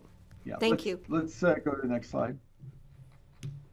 So, what I want to do is quickly walk through what we're seeing in the library and HHS as the priority buildings to try to get going rapidly now. And that's what I'm, focused on with Kara and Rich is how do we get this program started? We're coming up with the initial ideas. We're going to write a scope and put that together so that an engineer can be hired and get going on the full design. So this is all preliminary, but it just gives you guys a feel for what things look like. So existing conditions, 3 boilers, we've talked about that. It's about $50,000 per year in gas heating costs. There's other energy costs. They keep going, about 200 metric tons of CO2 emissions. So the option that is already been studied from the study last year was the electric resistance boilers. And the heating costs will go up to, on the first year, $118,000 per year, plus or minus, depending on the winter. But electricity costs are also going up over time, so that will come up more and more. The big thing about these electric resistance boilers, it's going to trigger an upgrade to the transformer. I think most of the options will, but unfortunately, this one goes up to 1,000 kVA transformer. It's the larger size transformer. And right now, we talked to City Aspen Utility. They said 2 things. We want you to buy 2 of these transformers because we don't have any in stock and we want one in our warehouse. If one breaks, that's our rule. So you'd have to buy 2. And then the other thing is there's a 2-year lead time right now on these transformers. It's quite a problem, right? So if we go in this direction, it's going to be a little bit cheaper, but or noticeably cheaper, but it is going to it's going to mean we have to wait. Well, it's going to be cheaper than what? I'll show you the heat pumps, this option. And I've got a slide that sort of summarizes all the numbers. So okay.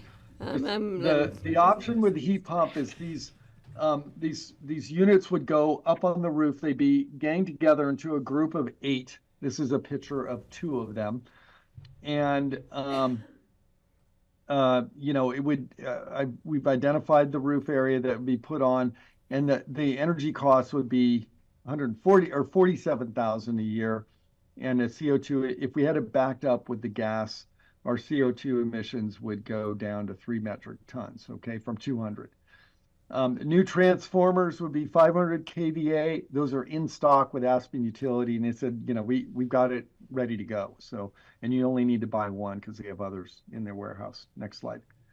There is the option of combining the electric boiler with the heat pump and getting rid of the gas altogether. But now you're buying 2 new systems. It is going to be more expensive, and you have to buy the transformer, the bigger one that has a 2-year lead time and all that. So it's a little bit problematic. So here's a picture of the roof. And we're thinking that the best spot would be this upper roof where there's already some equipment. You can sort of see next to the skylights between the 2 blue squares there. There's a piece of equipment there that looks very similar to a heat pump. It's a chiller. And there would be some small structural upgrades that need to occur, but that's all, within reason and taken into account in the budget. Next slide. So this is a lot of numbers, but it does sort of summarize, and I bolded out the ones that are a little bit more impactful. But if you look at what I did is we took the energy cost over 30 years, okay? Because this is an investment that has implications over 30 or 40 years. So we took 30 years. Electricity prices are generally everywhere going up, as well as gas prices. And so we put in a 3% escalation rate on gas and electric over 30 years. And you can see the difference between the electric resistance boilers, 5.6 million, and our heat pumps, 2.2 million. So $3 million plus of savings. So that's quite a big deal. And then you can just sort of go down. I like this backup power. If we have electric resistance boilers and the power goes out, you need a generator. And we need 1,000 kilowatt generator. The current one is not that anywhere near that big. You would need to have and there's no space for this. one of the ideas is that a mobile generator would be put together and it be stored offsite. You'd have to wheel it over. But regardless of where it is, a generator does need to be started once or twice a month, and there are emissions related to that, although it's pretty low. But the backup power, if we had a power outage in the heat pumps where we kept the boilers, the gas boilers there, the gas boilers would be our backup. And you just have to have enough power provided to run the pumps, and the little blowers in the boiler. So that's kind of an interesting option there. And then the impact on the schedule, as I said, it's 18 to 24 months. They said it 24 months on the transformers, but you're already going to spend 6 months on the construction anyway. So maybe it boils down to 18 months additional, right? So, and whereas the lead time on the heat pumps is 6 months. So 6 months, but that's sort of within the timeline of the construction anyway. So heat pumps do have a lead time, but it's noticeably less than the transformers. Question. Yeah, go ahead. Is a power backup mandatory? I mean, do you have to have a diesel generator for? I mean, I know we have some safety issues, but I worked at the hospital for years, and we had a backup generator, but it only serviced certain outlets that were mandatory or emergent. So, like oxygen, I don't think we have people on oxygen that aren't bringing their own portable into the library. So yeah, is most it a luxury? hospitals will back up. Most hospitals will back up the heating system as well because. Yeah, I know that, but why the library? Why do we have to have backup at the library? I just want. Yeah, so maybe 2 key points. One is heat pumps will not work year-round because of temperature, right? So we need a backup. And then 2, I know Genevieve would be happy to come up here, but I think if there was a failure and the pipes freeze, you are risking that entire collection. Okay. I just needed that. Okay, got it. That's the point. There are heating pipes. So in the Genevieve, I ceiling. want a backup generator at my house because when it gets cold. Well, yeah, there's, it's a public building. Yeah. I know that, but we also looking at spending public dollars, so we need to make sure we're spending them not on luxury items, but on necessary items, and we don't want to lose a library full of books. Yeah, Right. we don't want to lose all those assets. Okay. And libraries are community centers and a point of refuge in an extreme situation. So, Yeah, that's another good point. yeah. Next slide. We could use heat tape, Greg. Not Wrap yourself enough. in it. So, on the HSS building, it's an interesting situation. There's one gas boiler. There's no redundancy. If that gas boiler breaks during a cold snap, it's actually quite a problem. There are 2 water heaters for domestic hot water, smaller things. And the air handler and the cooling equipment are in poor condition. They still have some more years on them, but they're towards the end of their life. Energy heating costs are substantially lower and about half as much CO2 emissions per year. Next slide. Electric resistance boilers would be an option here. We want to get 2 so that if one fails, the other one can pick up the load. We wouldn't want to just do a 1-to-1 swap out. Next slide. And then the other option would be a heat pump. In this case, what would make the most sense is you take the cooling unit out and you replace it with this type of heat pump that can do heating or cooling. These compressors in the refrigeration cycle, it's the same cycle that we use to create cooling in summer months. So we could have one unit that could do both. In the winter, it's doing heating, in the summer, it's doing cooling. So that would make a lot of sense. And we could get that, what I would recommend in this case is just leave the boiler there. And it's not in great shape, but if you use it just a little bit every year, it could last for several more years, many more years. And then the bulk of the work is being done by this heat pump heating and cooling system. Next. And then we could also have the backup be the electric resistance, but that, again, that bumps up the transformer requirement and some of the costs. Next slide. And then this is what it looks like next to the building. And I was thinking where the cooling condenser on the ground is, that's where the heat pump / cooler could go. And next slide. And so, this is a table similar to that one. The interesting thing is the transformer on this building is oversized, and so it can accommodate a heat pump, but it's not big enough to accommodate the electric resistance boiler. So that's sort of a good news thing there. And I did forget to mention on the bottom of the other table, maybe we could go back. I'm sorry, if you could just go back to the other table. Bottom row there, probably the most important row, is that the electric resistance boilers were already budgeted at 2.7 million. We actually think that there are some costs that were left out, so it's probably closer to 3.5 million or somewhere in that neighborhood. The heat pumps with the gas backup, that is the existing gas system, would be 5 to 6 million. So you can get a sense of what we're talking about here is that it looks like it's going to be in the neighborhood of $2 million more expensive to go the heat pump route. But that's where you want to look at that in comparison to this 30-year energy savings where we're saving something like 3 million. So it is a smart investment, but it does require additional upfront capital to make happen. Right?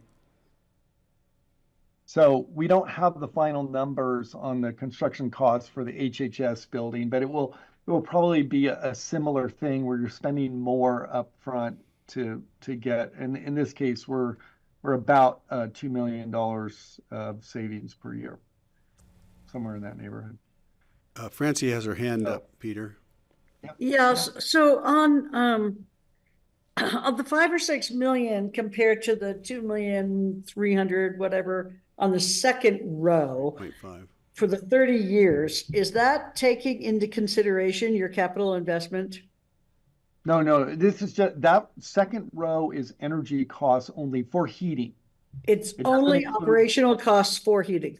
Correct. It doesn't include the. Are you going to show us numbers that amortize the investment over time with the yearly costs? Yeah, so we can do a variety of calculations, but there's the cost, the capex, which is the bottom row. How much do you have to invest to get the operational OpEx savings, which is the second row? So, you could do a subtraction on that, or we could do a whole net value analysis or return on investment or something like that. Yeah. I'd love to I just wanted to show you the raw numbers to start with. Thank you. If I could briefly, just if we're looking at the projections for temperature rise, we're probably going to have more days that require refrigeration or air conditioning coming up, and we've got more volatile weather, so we might actually get more dramatic spikes in weather with cold cycles.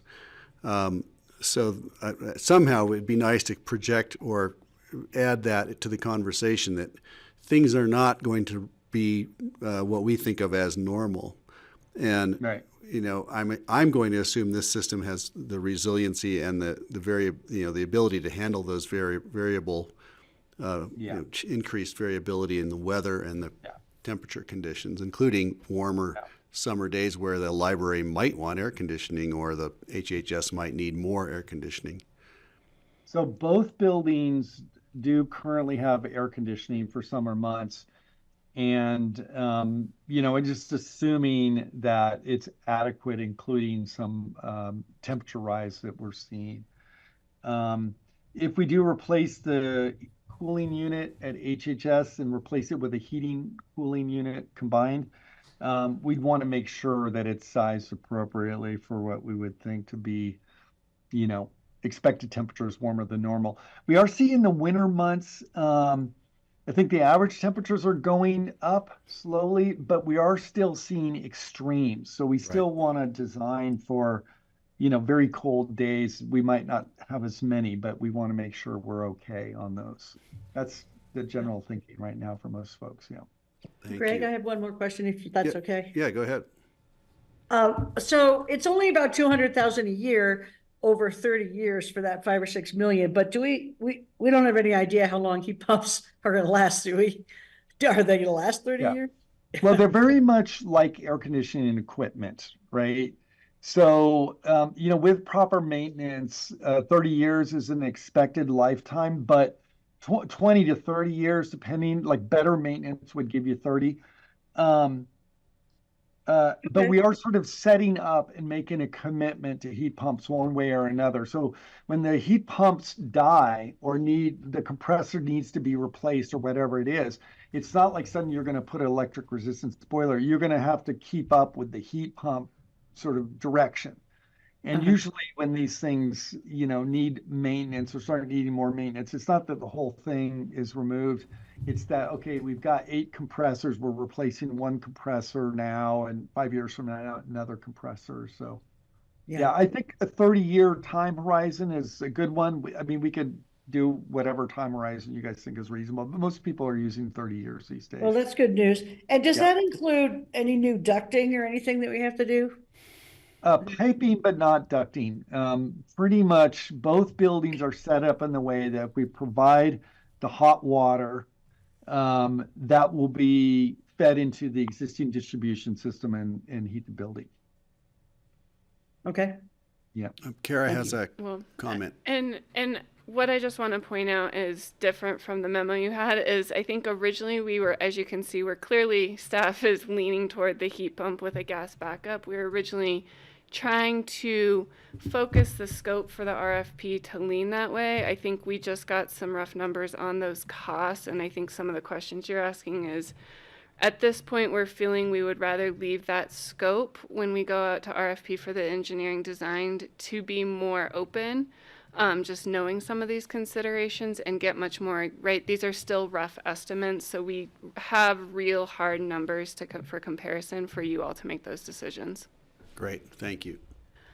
So I know we have 8 minutes left and a few other big topic items. Well, we'll give you a little more time. Okay.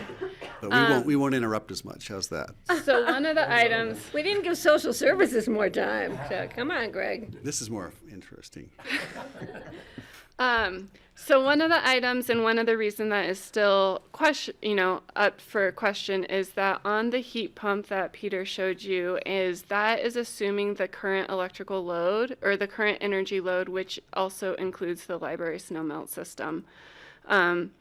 What was in your packet, and as you are all aware, there's a lot of discussion we've heard from the board about what is snow melted at the library, what do we continue in this electrification, do we electrify all the snow melt?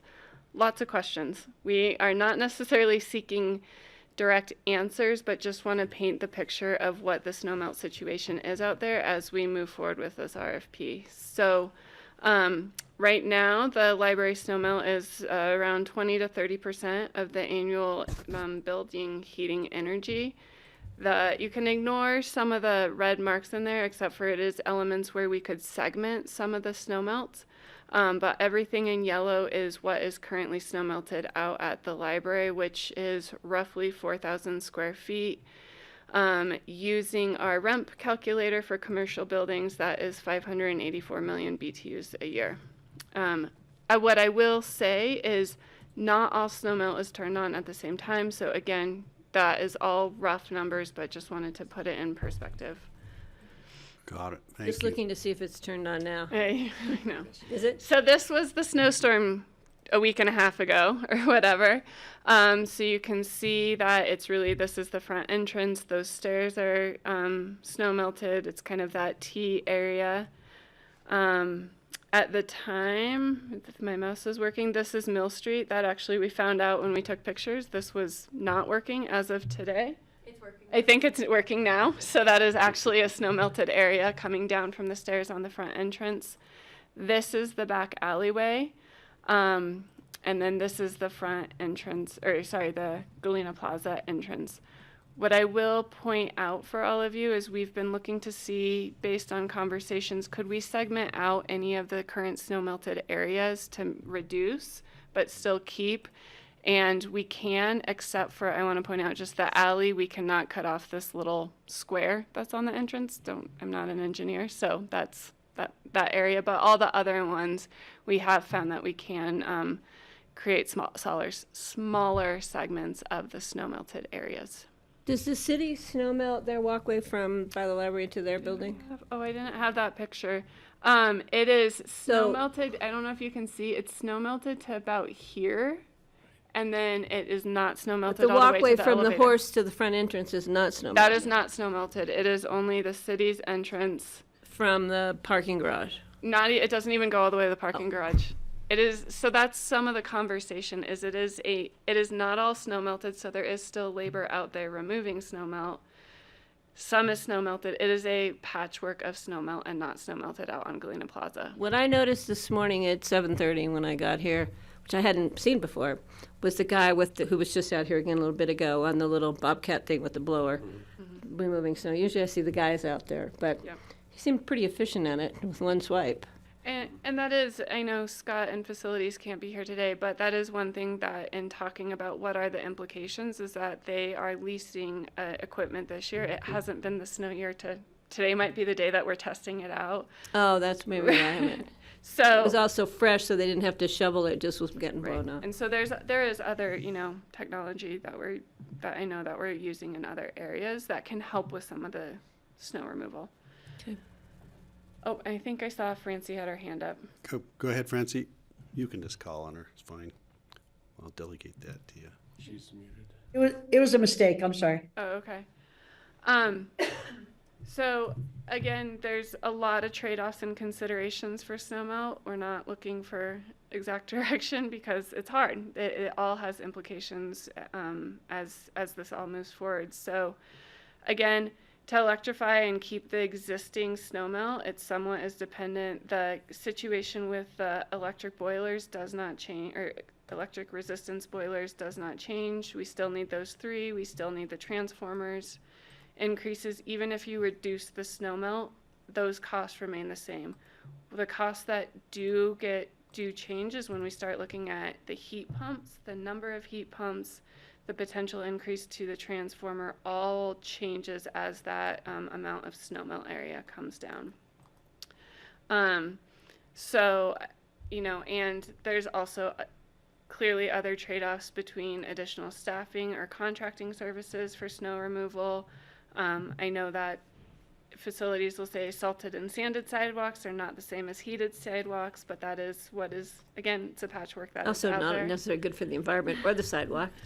Right. And then as you all have seen, there's different snowmelt analysis that's showing that snowmelt is still that 70-90% more energy consumption. Percent or that's the Crested times? Butte. Sorry, I think it was times. Times, it's 90x. Yeah. Yeah. We obviously have not done that study here, so don't know, but there's a magnitude, and that's from that Crested Butte and Steamboat analysis. So as we move forward, what staff is wanting to get some clarification from the board today is looking at how we can reduce snowmelt areas, but not completely removing it, and also then bringing in those considerations of what's that cost trade-off with staffing or contracting services, and kind of really maintaining the safety in those entrance areas, but reducing maybe the runway of it. Sorry, bad term. Patty? 'Cause I'm the advocate for snowmelt, but trying to look at compromise. Public safety, life safety are huge issues, steps especially, and the slope of the sidewalk along Mill Street. That can be tough without snow. It's pretty good grade. So I would be looking at keeping those for life safety issues. When I'm talking life safety issues, people slip and bump their heads, and it can be life-changing, if not devastating. So those are the areas I would like to look at.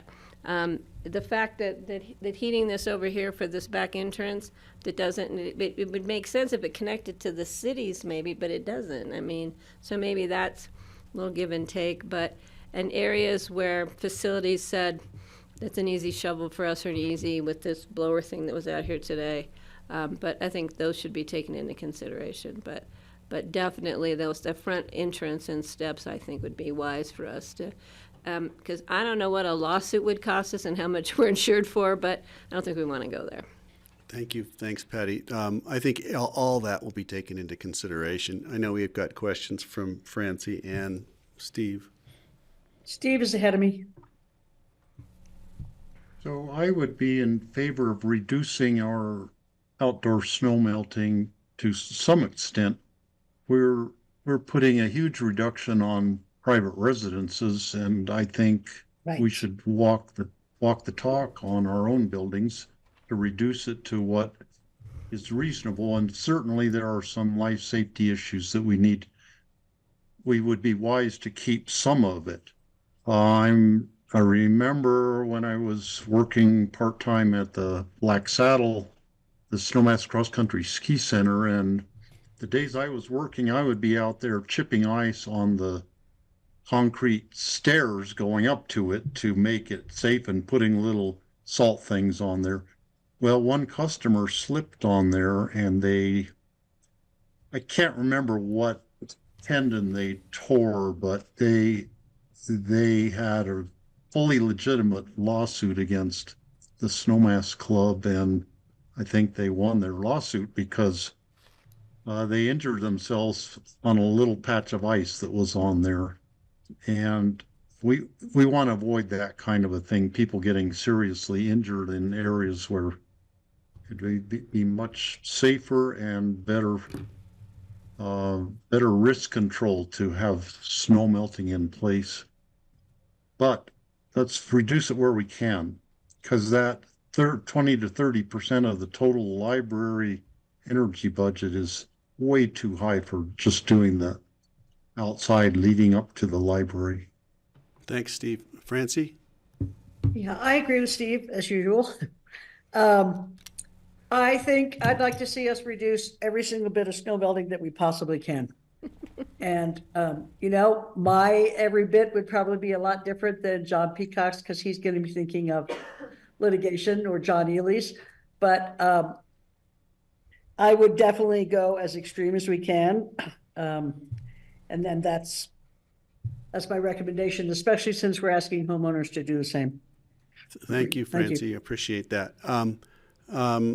I certainly want to reduce snow melt as much as we can, but I'm looking at the staff recommendation. Reduce snow melt to critical public access areas, but not removing snow melt completely. Does make sense. I think there's certainly some places where snow melt is installed because it's just an easy decision to make when you're putting it in and you don't think about energy or energy use or climate issues. And so I'd love to see the city reducing their snow melt out there also. But I think your recommendation is the one I would go with. And I see we've got a board that's kind of on both ends of the spectrum there. And what we're hoping you'll do is give us a palette of choices with the trade-offs. And I'm sure you'll do a great job at that. I don't think we're at both ends of the spectrum. Well, you want to remove snow melt as much as possible. Patty said she was in favor of snow melt. No. She wasn't. Didn't you say Sorry. that? Don't put Go, words in Patty. my mouth. I said, but I'm willing to compromise. But my main thing is public safety. That's Right. what I'm Okay. saying. All right. I'm corrected then. Yeah, and I didn't realize I was defining the areas that I thought were good for public access areas, just to make a clear picture. Right. And we'll be looking towards staff analysis of all that when we see the decision. Is that it? We've got a couple What do you mean more when we Couple see more the minutes. decision? Greg, I don't know what you mean when you say when we see the decision. Well, we haven't even seen the numbers on this yet. This could change Right, when they but we're come not back going to to us. see a decision. We're being asked to make a decision. Oh, well, I think you've got our we're going with your recommendation as the Yes, decision I and- think I've here. Is And that correct? as we go and get all the design and engineering, we will also bring back kind of the Right. snow melt options of what the reduction actually is. But today what we're hearing is support to reduce it, but don't eliminate it. And we'll look at those critical public areas and how that implies with everything Right. else. That's where I am. Yeah, great. So today, we had a lot of new information even since we wrote the AIS. And so that's why we're backing up from some of the decision points that we were originally going to bring. Your direction as far as what alternatives to develop that we'll bring back as a decision is really what we're looking for today. And I think what we've heard from you is, yes, minimize it, identify those key public safety kind of areas, minimize to try and reduce the need for transformers and additional infrastructure to support snow melt. Right, that's Is how, that- yeah, looking at our list of discussion items, I think that's precisely what we're talking about, and I really did appreciate the conversation about having the gas boilers for 1 or 2% of the time does make sense. The hybrid solution that Peter discussed, keeping the boilers for backup, reducing but not removing snow melt, HVAC replacement at HHS for the scope of this project makes sense to me, but go ahead. Yeah, and this is one thing we just wanted to bring to your attention. We did not put this in the original scope, but as you know, and have seen over the years, that it's ran its useful life pretty much and is older, actually causing more electrical use because of its age. So one of the things we want to do is just make sure we had your blessing to move this forward. It is not in the budget, but we thought economy of scale to be able to take a look at this. At the same time, we would throw that into the number mix as well if you all were okay with that. We just think it's prudent to make that move, but just knowing that it was outside of the DOLA grant in the scope that we had presented to you originally. Now, is it outside the DOLA grant only because you hadn't included it, or because it sounds like we're putting a heat pump in to me? Yeah, well, it came up as we were starting to evaluate all this, and we had Peter come and take a look at it. He says, yeah, I think you can convert it. One of the things we wanted to make sure, we did have Chamberlain Associates did a study a while back about eventually if we ever added space on the backside of that building, that whatever we did, we wouldn't compromise our decisions we're making today. And we have found that I think it was around 2,100 square feet addition, something like that. Whatever we do, the heat pump system that we're looking at, if that's where we end up going, would be able to accommodate any additions there. So we just wanted to throw this in as kind of add alt into this mix and kind of see where it And you goes. said you have the footprint in order to do that? We do, yeah. I had to be up on the roof as well. In fact, that unit is huge that's up there now, and it would be a reduction actually in size of what that is. Great, yeah, I certainly support that. And quiet for the neighbors. Yeah, you- so we're quiet. Yeah. Make sure those neighbors are happy up there. Francie has her hand up again. Is that Yes, thank you. support Thank you very for much. this? Yeah, I have a clarifying question. I mean, I hope it's clarifying. When you say it's not in the budget, Rich, you're saying that we have excess costs beyond the DOLA grant with this particular scenario that Peter just presented to us? Yes, whenever we approached you about the overall budget scope, we just did not have this included in at the time. So, What John, was it that we didn't have? we did sell the ambulance building at one point. We do have that money tucked away, and it's supposed to be kind of utilized in that campus area. So we may be able to talk to Connie about the use of those funds that we could help to supplement this. But it was not in that original ask. Has replacement of that older cooling unit been I don't understand. budgeted? It has been, and it's been kicked down the road so quite this a is few years, this is actually. this So is this- We've also been talking helping- about it for years. Yeah. This is solving a problem. It is. Okay. Yeah, we just want to take advantage of this now. So. Great. I'm sorry, but I still don't understand what it is that isn't in the budget when you say this isn't in the budget. What do you mean by that? It's that heating or that cooling system that's up on top of the roof. It's aged, and it's called an HVAC system that's very old. So it's a cooling unit that's up there. So, Francie, we had originally anticipated doing boilers, which just did the heating side. With the heat pump opportunity, that allows us to look at both the heating and cooling components at once. The heat pumps are, as we said, in terms of a capital investment, both for the library and HHS, more expensive. And we did Okay, not that's what's not anticipate in that in the the budget. budget. Yeah. Yeah. Okay. Good. Thank you, John. But we eliminate the cost of replacing a chiller. By putting a Yes, heat I think pump so. in. Yeah, If we- I think we Yeah, I think what we know is the initial capital investment for heat pumps is going to be significantly greater than what we had anticipated with the resistive heat, both for just across the board, at least where things stand right now.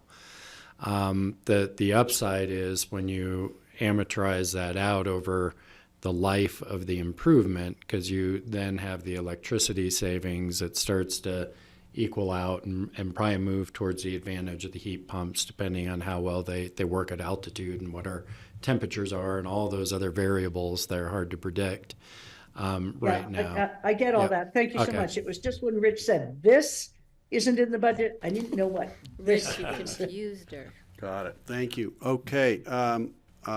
Anything else? Anything you need from us? I think Great. we've I've got a question Steve's here. All right. about how much noise. I'm concerned about the neighbors living behind the HHS building up on the hill in the subdivision. What is the noise factor of the chiller and the HVAC and the different things compared to what noise the heat pump system would make? Yeah. Generally, is it okay if I answer that? Or? Yeah, Peter, I was hoping you would. So the heat pump will be similar to the air conditioner that's there now, that operates in the summer months when people are outside more and their windows are open and open and things like that. So it will have a noise that's similar to what's there, but during a time of year when people aren't as conscious of it or not, they're not as connected to the outdoors. So yeah, I think if there's a concern about that, it's something an acoustic consultant could quickly, ascertain, but it will be within acceptable limits in most residential neighborhoods, which is in the 60 decibels or so at the property line, right? So that's the metric, and so I think it will be within that, no problem. Yeah.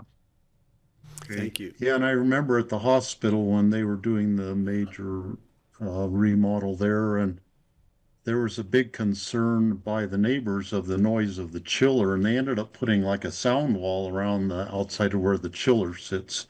And I think that largely solved that problem. We will. And if there's a concern, acoustic consultant can quickly do that calculation and determine ahead of time, is that kind of acoustic wall needed or not? We'll have the same issue, by the way, at the library potentially with roof placement too, because there are residents right next door. I hear this building from my house in the summer. Do you? And the city's buildings. I'm sure, because when the building was shut down, I didn't, and when the building started up, so.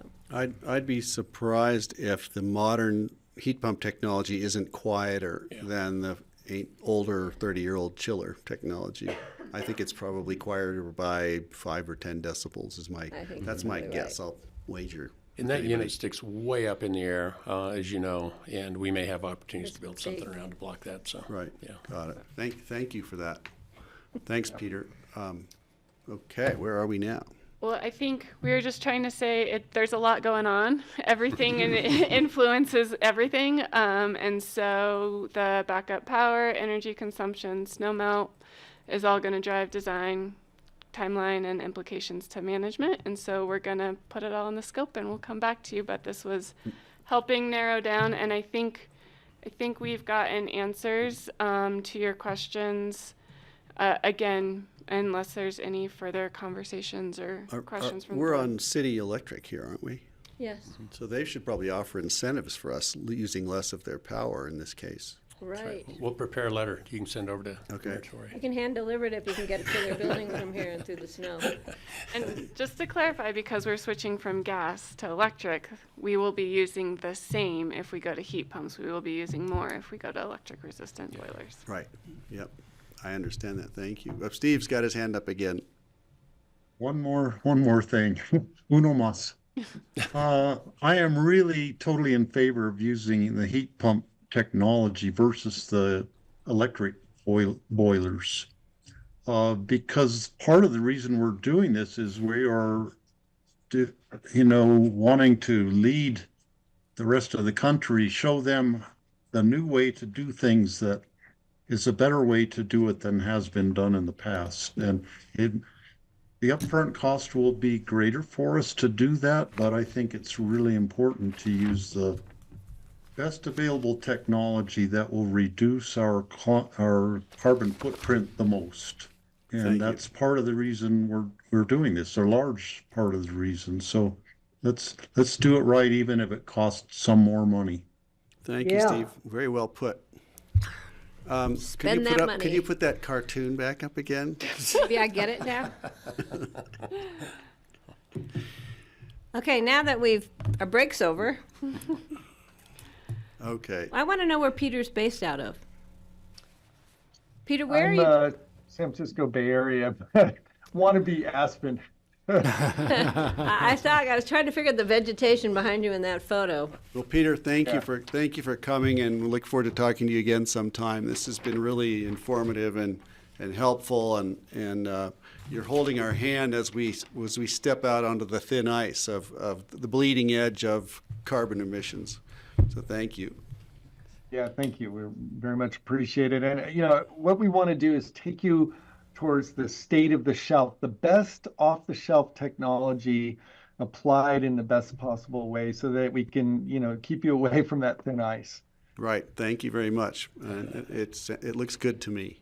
You're going to put us on thin ice. I think we're done with this. Thanks for this Thank you. electrification. Thanks, Peter. We're going to take a 5-minute break and then come back, I and thought we I'll had get us back on 15. schedule.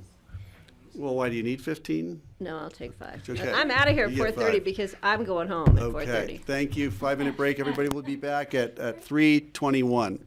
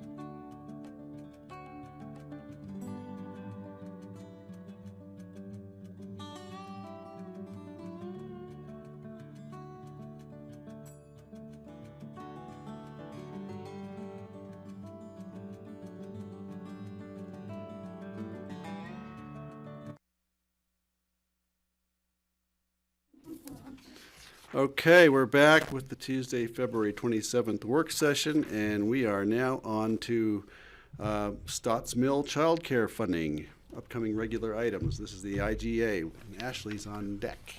Hello. Ashley Pearl, Resiliency and Housing Director.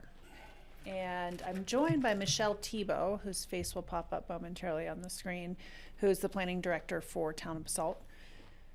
We are revisiting a funding commitment that the board made in 2023 to support the new Stotts Mill Child Care Center. I emphasize new because it has the potential to bring on 50 new child care spots in the Mid-Valley. So back in August of 2023, the board made a commitment that if the town of Basalt was awarded a grant from the state of Colorado, then we would contribute some matching dollars to make that grant happen towards the construction of the center. The town of Basalt received their grant, and so I'm back to make it official and hopefully make it so we can actually get them some money.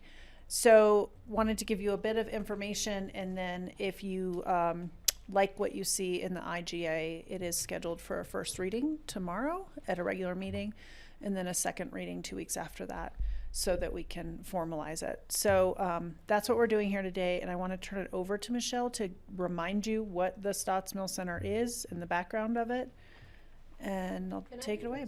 Yeah. Yeah, Patty, go ahead. Tomorrow's meeting, if we need it, If you get out we of might here. not have a quorum. Steve, Kelly, and me. If Kelly doesn't come back, we won't have a quorum, but we'll wait to see by the end of I the just day. wanted to give somebody an alert Yeah, to keep that's- touch base, so Okay. Francie and I may be here. Maybe You're you're not actually going yet. before Where do- anyone else, yeah. Where do you think you're going? Yeah, well, it's supposed to be on an The airplane. sun, hey guys, the sun is out down here. It's coming your way. Oh, Really? they did Sure. say it was fast moving, so we'll see. Okay, we just gotta get that plane here. Thanks, Francie. Okay, sorry, but I was, heads up. Travel schedules. Okay, nothing has changed with the IGA, it's just that they got their money, that they've got their They commitment. got their money, and which required us as part of, Michelle will talk about this, but it was an employer-based grant. So a part of our money was not just a grant, it was in exchange for priority spots in the new childcare for Picken County employees. Children of Picken County employees. We're not gonna put our own employees in childcare centers. Well, some of them. So people who are employed in Picken County or by Picken County? By Picken County. This is we talked about this as a benefit we could offer our employees as an organization. So we had to figure out how, you'll see how we It's yes and. calculated that.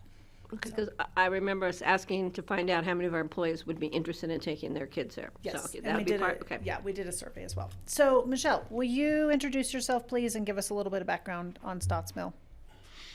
I will. Thank you, Ashley, and thank you, County Commissioners, for having me today. I'm Michelle Tebow, Planning Director for the Town of Basalt. It's with great excitement and anticipation to discuss the progress of the Stotts Mill Child Care Facility with you. And I'll run through a quick just overview, try to be fast because I know this is not the most exciting part, but the Child Care Center is located on Centennial Lane in the new Stotts Mill PUD, which is across from the Rio Grande Trail and about 1.5 miles from the Basalt and elementary and middle schools. This neighborhood is acting in some aspect as a naturally occurring affordable housing community with lots purchased by employers such as the Aspen School District, Aspen Country Day School, Town of Basalt, and many more. The only other existing childcare in this area is being downsized to a home daycare. So just the need for this facility is ever increasing. The Town of Basalt has been working for 13 plus years to create a child care facility in this area. We acquired the space through exaction during a land use approval and annexation process. And that got us a 4,000 square foot daycare plus a related outdoor space. Here is a rendering of the building. I'm sorry I don't have an updated photo, but it's really lovely and complete, and it exists out there. This is a general floor plan that was approved. Sorry, Ashley. This is a general floor plan that was approved. And you can see it's just a very raw 4,000 square foot space with the adjacent outdoor yard. And you say the shell has been built already? Is the, It has been built. If you drive by, you will see a complete looking building there. great. Yep. So the town has demonstrated a long-term commitment to this facility with multiple solicitations for operators over the years. And in 2023, the stars finally aligned, including this employer-based grant to build out the facility. And I just really want to recognize Ashley for bringing that grant opportunity forward to us. We ultimately were able to select Blue Lake Preschool, who has been working with us to create a floor plan here. They'll have at least 54 new year-round spaces, 4 classrooms, but they'll start with 2 and then kind of build their way up as staffing becomes available. And we anticipate that the build out of the space will take really 10 months with the goal of opening early this fall.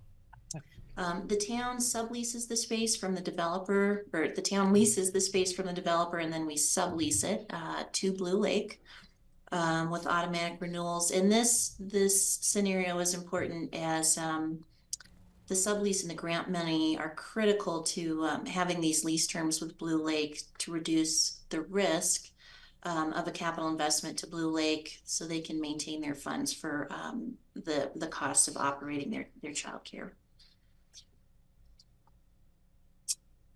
So the space at 805 Centennial Lane is described as a core and shell. And that really requires a lot of work, including a fire suppression system, HVAC, plumbing, electrical, insulation, ceiling separation. I mean, everything from drywall out. And additionally, furnishings, fixtures, and equipment. The timeline we identified in the grant that we've been awarded includes construction drawings and award of a construction contract here early in 2024, January, February, March. The town has been fortunate to work with Brian May of Brian May Architects, who prioritized this project and turned around construction drawings in 6 weeks, which has just been amazing. And that allowed us to go out to bid for qualified contractors for the space. We received 4 bids. And the selection committee unanimously scored R.A. Nelson as the winning bid. And after working with R.A. Nelson for the past several weeks, we've been able to value engineer the project to a final build out number of $1.377 million. And here is just a quick shot of the floor plan. To the left of the screen is the infant room, and then on the right you have a toddler room in the middle, and a preschool room at the bottom. And there's a common area when you enter and whatnot. And childcare facilities have multiple restroom requirements to meet licensing standards. So this floor plan had a little increase in cost from what we were anticipating when we submitted the grant, but what you see is there, and a lot of it is plumbing. This is a photo from the to-be preschool room. You'll see the space is raw. It has a gravel floor to be built out, and that allows the plumbing to be designed to meet this future floor plan. And you can see it's just a really raw space. Insulation needs to be put in, drywall, and all of those things we previously discussed. Preschoolers would love that dirt floor. It's perfect for preschool. It's perfect for trucks. So we're here today to discuss the draft IGA to formalize the funds committed during the grant process. The town was awarded $800,000 from the Colorado Department of Early Childhood, thanks to the county for committing in the grant match of $250,000. And the town has committed to meeting that required $300,000 by committing $50,000 and all of the project management to to complete the task. Should I take it over from here? Yeah. Okay. Thanks, Michelle. Yeah.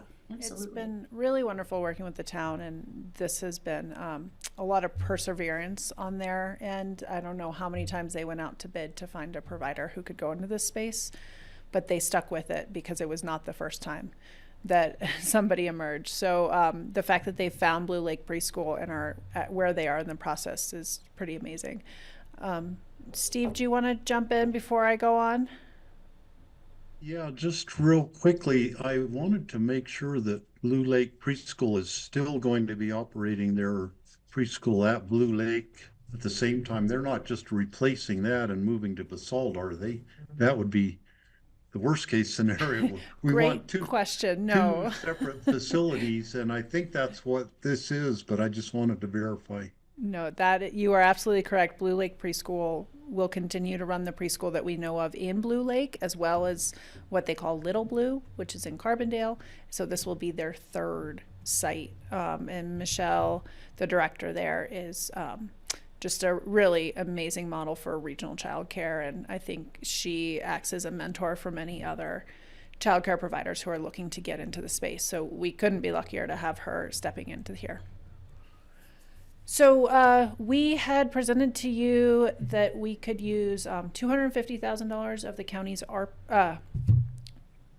our contribution would total $250,000. Part of that from our ARPA money and part of that from the general fund. So that's what we had committed towards our grant match.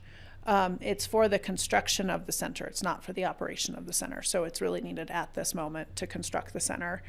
And then in exchange, because of the requirements of the grant for it to be an employer-based grant, we will receive priority childcare spots for children of Picken County employees. That's Picken County, the organization, not Picken County, anybody working in here, for a 5-year term. So that's what staff worked out in the IGA, is for our initial contribution. It doesn't seem fair to get just in perpetuity. We're not coming in with that big of dollars, but this could be really, really significant for the next 5 years, receiving priority spots for our employees. We did, before I came back to you with a request to sign on for the grant, we surveyed our employees on how many had children and how many needed spots. We received around 70 responses to that, saying that they were interested in some sort of childcare. So, and that was a pretty quick survey. So, But we don't know if they're interested in Stotts Mill for childcare. we were not at that point able to say, get down into the nitty gritty. So the way that this would work is we would be offered as Picken County 11 spots, and it wouldn't just be throughout the year whenever an employee wants to put them in. We would have a set amount of time where we would then go back to our employee base and say, okay, apply, who wants a spot? We need to create a policy on how we prioritize that. And then we would get back to Blue Lake within an agreed upon time and say, okay, we're going to take 5 spots or whatever. And then the next time an enrollment comes up, Blue Lake would come back to Picken County and say, okay, do you have any more employees? So it's not, we don't just, like, if you have an employee that joins in April and they have a child, it's not necessarily that they can get in right then, but they could put their child on the enrollment when it comes up again. So I would say that Town of Basalt and Blue Lake have been really generous with Picken County. The way that we talked about this as staff is that the amount of spots that we would get prioritized is dependent on the percent of contribution. So that would equal around 11 spots when all is said and done that we would have access to or priority for a 5-year term. That's the bulk of what's in the IGA. Aside from that, it just says we'll give them money. And that they'll report out on some things. But this is really the meat of the IGA. So that's what the staff has been working out. A couple considerations or things to think about. You all directed us that you wanted to spend $100,000 from the general fund to recognize that this is a direct contribution back to our employees, and then $150,000 from ARPA to recognize that this is also a community benefit, because if we take up all 11 spots, which I don't think we will, we still have close to 40 spots that are available to the community. At the time of the grant, the plan was 2 childcare classrooms and 1 flexible community room So the original cost estimate we came to you with was 1.1 million. Now you've seen the new updates and whatnot, so there's an additional $277,000 that's been added on to the town of Basalt's full budget. So as of today, we've spent $2.2 million of our ARPA money or committed it, and we have 1.2 remaining. The committed piece, so the $150,000 towards this is in that 2.2. So I wanted to put this forward because I think today we need to focus on if this IGA feels right to the BoCC and if we want to move it forward to first reading tomorrow. And then I wanted to just preview for you that the town of Basalt has let us know that their budget is more than they thought it was going to be, and that they are open to any sort of other additional support that would, I think just from an administrative standpoint, would require a separate IGA. We wouldn't want to smush them into one because we really want this IGA to be for those initial $250,000 coming in exchange for those priority spots. Any additional funding that the BoCC might want to give could still come from ARPA, but I think should be part of a different agreement that we could bring back to you at a different time. So the two pieces we're curious about today is, do you support the IGA as it was included in your packet moving forward for first reading tomorrow? And then for further consideration, would you want to hear more about contributing additional funds towards the Stotts Mill Child Care Center? This would kind of be like last in dollars to make the project happen. That's what we want to talk about today. Thank you. Thanks, Ashley. That was very concise and very clear. Questions from Francie or Steve to start, and then we'll bring it back to our live in person. I don't know. Can't tell if Francie has her hand up. she does. Okay, great. How can you see that? I can't see it on. It says it right at the bottom. Francie Jacoba, raised Oh, hand. she does. There it is. Okay. I did notice that before. Thanks, Francie. She's no shrinking violet. She can just yell at us. Thank you. Ashley, what other plans might we have for our ARPA funds? So I was here, was it just last week, maybe the week before, where we talked about spending those ARPA funds on supporting a regional housing buy-down program. So the direction we've received from the board has been we spent about half our ARPA money to support childcare. You wanted to reserve the remaining half to support housing. I've said this multiple times, but we're having a hard time finding eligible housing projects for that ARPA. So I did bring the buy down program to you last week where you all said that you would like to support that. The total of our support will be more than what we have in ARPA, so we will need to pull out of our housing general fund dollars regardless. And then remind me what our commitment would be to the Regional Housing Coalition. We talked last week about a total of $2 million contribution, and you could split that 1 and 1 between general fund housing dollars and ARPA, or we could split it a bunch of other ways depending on, we're going to bring back details to you in a proposed funding strategy.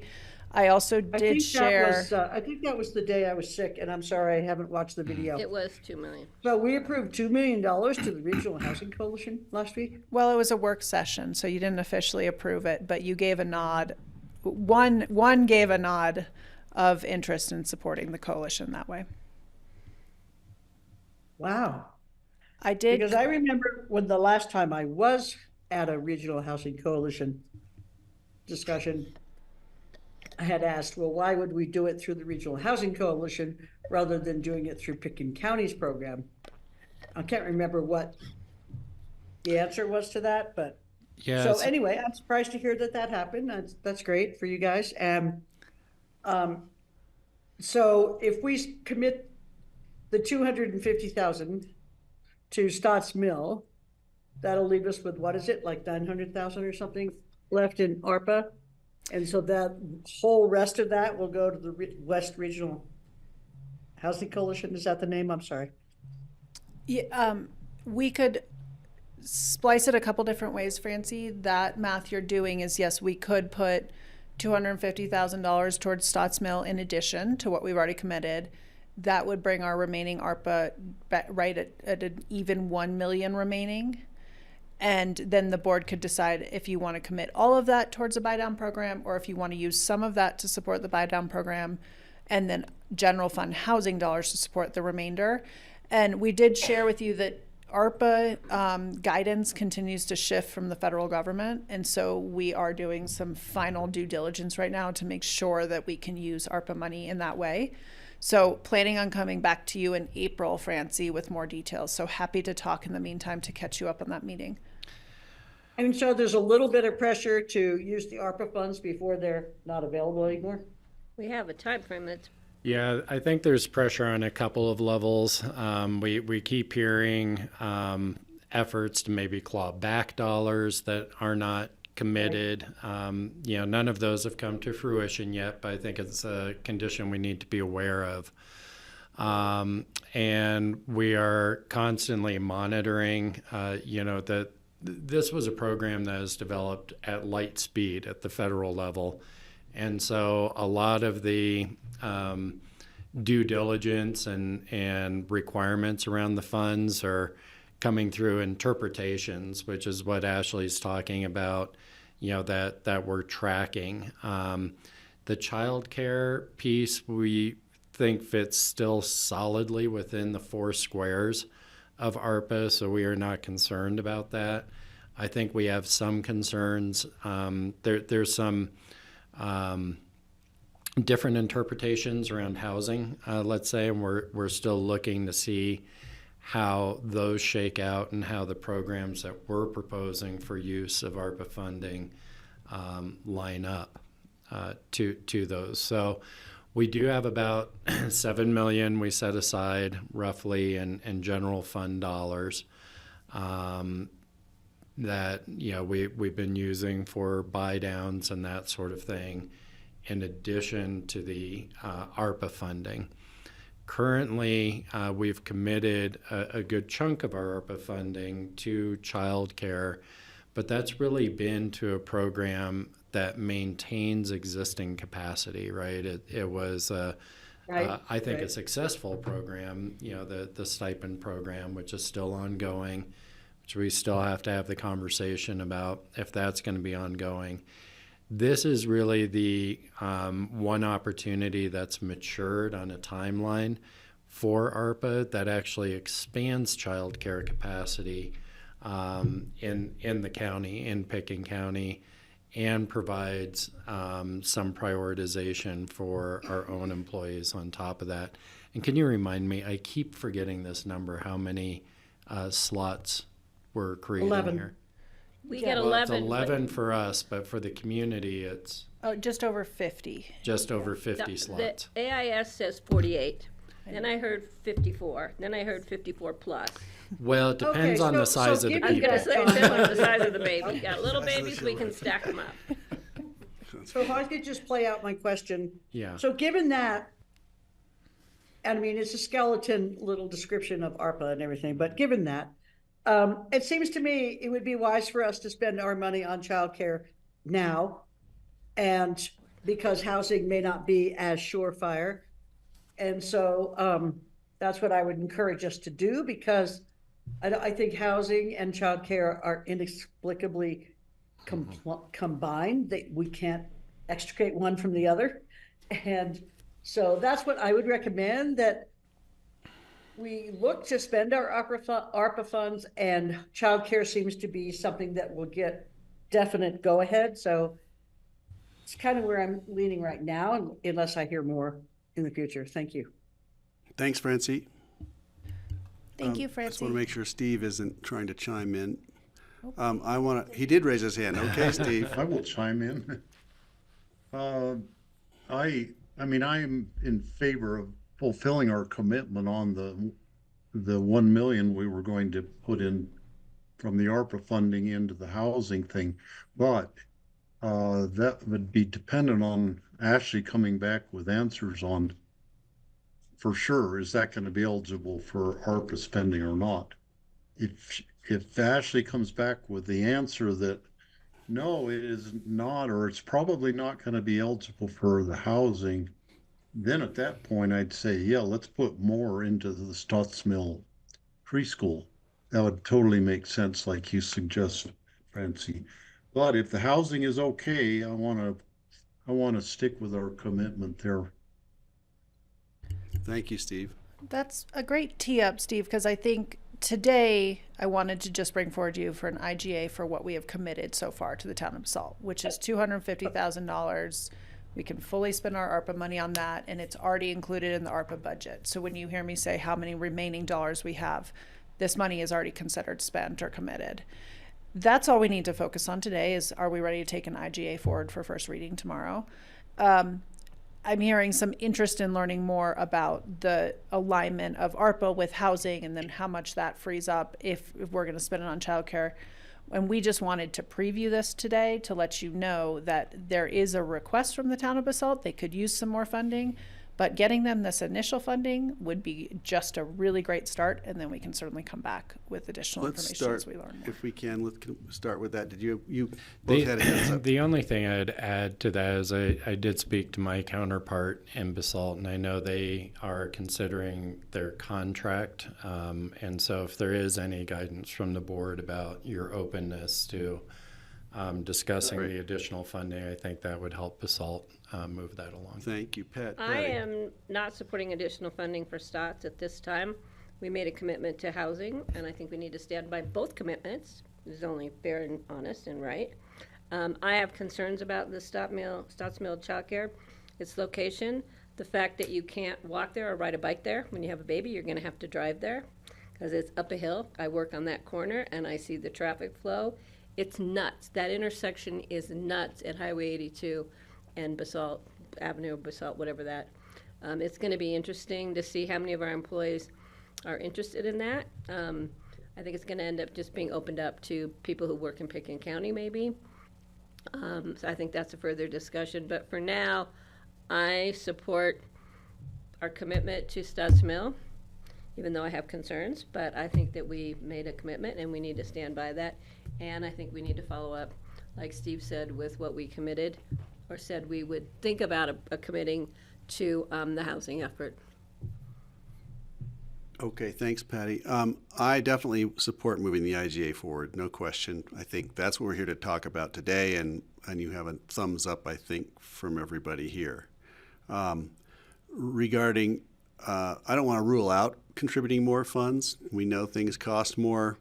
I'd love to know what would be the incremental additional funding we'd be asked to support, but that's in a future IGA, and I assume you'll come back to us with that. But I would support having you come back so we can discuss it, and I'd like Basalt to know that I personally would support learning more about it, and perhaps support an additional amount of funding as well. And I'm hearing what everyone is saying regarding their concern about where funds are going. Regarding the Housing Coalition funds, we were very enthusiastic because we wanted to move that forward, but we also know it's going to come back to us and we're going to get a closer look at it. And we did have questions. Patty and I, in particular, had questions about how the money would be spent and where and who for.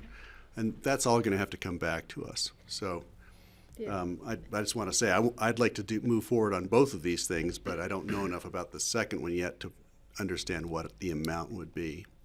And as far as Basalt wanting to know, I think Greg just summed it up. We're going to discuss it further. We're not going to make a commitment now because if it comes to fruition that we can do housing, we won't have any money left. And I don't want to commit to some money that we're going to have to pull out of our general fund again. So I think Basalt needs to know. We wish we could give them a definitive answer today, but we're still looking at information on a commitment we made towards housing. I want to make sure Patty and Steve are okay with that. No, you mean Francie, I'm here. Oh, Patty's right here. Francie and Steve. Didn't mean to we know what interrupt Patty you, thinks. Mr. Chairman, Thank just you. to We know what you clarify think. who I am. I just want to hear from Steve and Francie. Thank you so much, Greg. Yes, I'm okay with that. I am concerned about the possibility of ARPA funds not being available for housing. So I want to make sure we keep that in mind as we move forward. And so I'm leaning towards committing to Basalt for more funding to finish out this building, but it seems like it's well underway. So, I mean, I can't remember what their need is right now. I think maybe Ashley said, I don't remember what the number was, but an additional 277,000 And they Yeah, want to okay, sign so- the total contract for construction here soon, it sounds like. Really? Well, before it starts, it'll be more. But we don't know what our share of that would be. If we were to Yeah, right. divvy it Okay. up, I don't know what that So, would be. Anyway, I want to keep our minds open to giving more to finishing out this childcare, because 50+ places is a lot. That'll affect a lot of lives. Steve, did you want to add anything? I fully support the IGA for tomorrow's meeting, and I'm open to any of the discussions going forward on the different options we've talked about. Okay, thank you. So I would say let's support the IGA and encourage them to keep us in the loop on how things are moving. And I'd love to have a number to think about for additional support. Great. And then I will commit to coming back to you with more details on the bigger ARPA picture. Great, thank you. And you're going to be a Thanks, hero if you could figure that one out with the federal government. I say we spend it before they claw it back.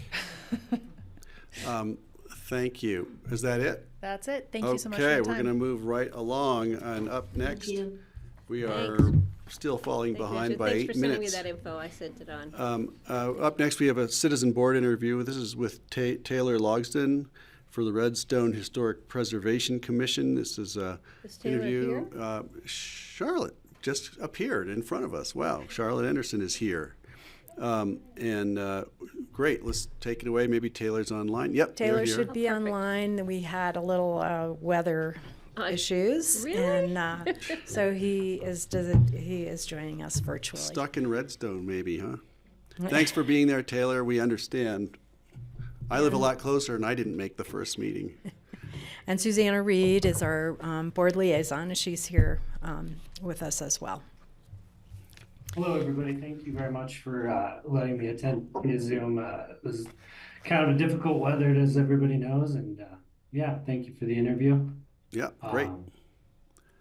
So Taylor is a resident of Redstone, which is a requirement to be on this board. We have 1 regular vacancy and 3 alternates. So I will let you all ask him some questions. Great. We'll go from there. So this is for an alternate position, or is this for the main position, the first? He really could fill a regular Got it. vacancy. Okay. Thank you. Yeah, welcome, Taylor. Thank you for applying. It's what makes our community great is when people step up to do things, to volunteer for the myriad of opportunities we have here. If I could ask the first couple questions, I see it says you've been a resident in Pitkin County for 1.5 years, so it means you've probably only been in Redstone about that long. And I'm thinking if they need bodies up there to do things. You've been there 1.5 years. Does the community know you well enough, and do you know the community well enough to really be able to contribute? Would be my first question. That's probably the toughest question I would ask you. Yeah, I think that's a great question. I've lived in Pitkin County. I was actually born in Aspen and have lived here for a while in Basalt, so actually in Eagle County. As far as getting to know everybody in Redstone, I think we're getting there. That takes about 20 minutes. My wife is doing a great job of getting to know everybody quicker than I am. I've been really busy with work and trying to get through some stuff, actually fixing up our house in Redstone. So I haven't been as social as I probably should have been. But yeah, slowly I'm starting to get to know everybody and all our neighbors. I don't know if I know everybody. I think it's a very fair question, but I think as I get involved, if I were to be considered for this committee, I'd be able to meet people, and this is kind of one of the ways I see forward with being able to participate in Redstone and add some stuff as far as kind of sitting on this board and meeting new people. So I think it's a fair question. I wouldn't say I know too many people yet, but I think I'm going to get there quickly. Great. But you know the valley, you know the community, which is good to know. You've been here that long. My second question, then I'm going to turn it over to the board members, is what would you bring to this board in terms of qualification or skill, or what could you add to the conversation? I work for a general contractor in Carbondale, so I think it brings some construction knowledge. And I've worked for them for 3 years. So I think that would kind of be the biggest thing I could bring to the committee would be kind of knowledge through construction and just kind of overall project management knowledge. So that is kind of what brought me to this and what made me apply is because I'm interested in kind of keeping Redstone and the historical aspect of Redstone. I'm also really interested in the history of Redstone, and Sarah and I joined the historical preservation this year. So I think just being interested in the community is what I'm really going to bring to the position. And Great. Wonderful. Thank you, and thank your wife as well. Questions from fellow commissioners? Francie. Yeah, hi there. Hi, Francie. I imagine you're familiar with the Jacobers. I am familiar. We're kind of a Peru family. I am really interested in the fact that having grown up in the valley, you've chosen Redstone as a place to live. I mean, it's far away, it's a lot darker, it has far fewer people, it doesn't have the cultural vitality, I guess I would say, of Aspen, although it has other vitalities. But I mean, I love Redstone. I go up there all the time. But yeah. I just find that interesting, and I commend you on that choice. I'm a rural person myself. And so congratulations on moving to Redstone. It has its challenges, and I'm sure you're discovering. I have a question for you, though. You bet. And that is, a couple of years ago, Susanna brought to us a building in Redstone where the owners wanted to put solar on their roofs. And the Historic Preservation Society said, no, you can't put solar on your roof. You can only put it on the ground. But of course, no sun shone on the ground at that particular location. So I'm wondering if you have, and you know, I'm not committing you to anything. This is not going down in stone or anything, but I'm wondering if you have any ideas about that kind of modernization of historical structures. I mean, I know you know that Rio is working on that place on Bleecker Street, which has its challenges in terms of trying to be environmental as well as historical, and it's complicated. So I'm wondering if you have any ideas about that in terms of Redstone.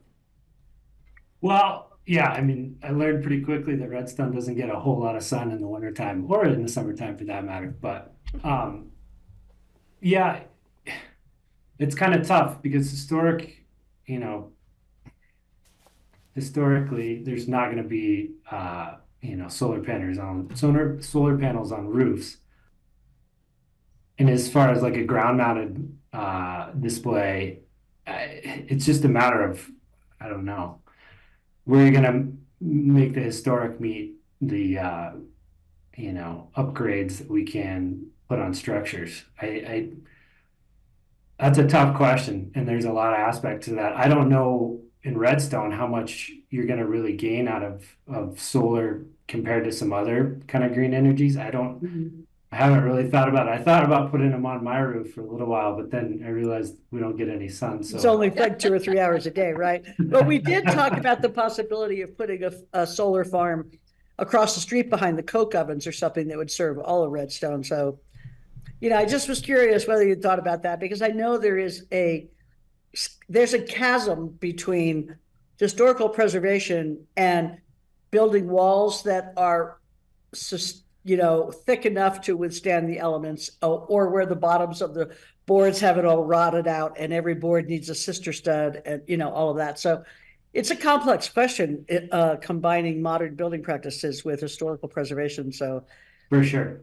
And we're definitely we bought the last house on the boulevard there at 654 Redstone Boulevard. And it's a wonderful structure. It's got Mona Lisa and Da Vinci on the side of it, and we love it. But we're having a lot of issues with the modernization and looking to keep that building's historical look, because I really love it. I wouldn't want to change that, but marrying that with newer building practices and how to keep it historic and make it perform better and be greener is kind of something that's really interesting to me too. Yeah. Yeah, great. Thank you, Taylor. Great. Thanks for that. Steve, questions? Yeah, I like the discussion about the community solar facility. To me, would make much more sense for Redstone to put it in the sunniest place that everybody could pay into it and get some electricity from there or credit for the electricity. Yesterday I was at a neighbor's house, and it's an old house that could qualify for historic preservation. It's largely unchanged, but then there's coming out of the wall, there's the radon mitigation pipes, which an old historic building here is going to have high radon, and they did mitigation for it. So then that, to me, would present an issue in terms of could that building be historically designated if it's had something like radon mitigation with the PVC pipe sticking out the side of the building.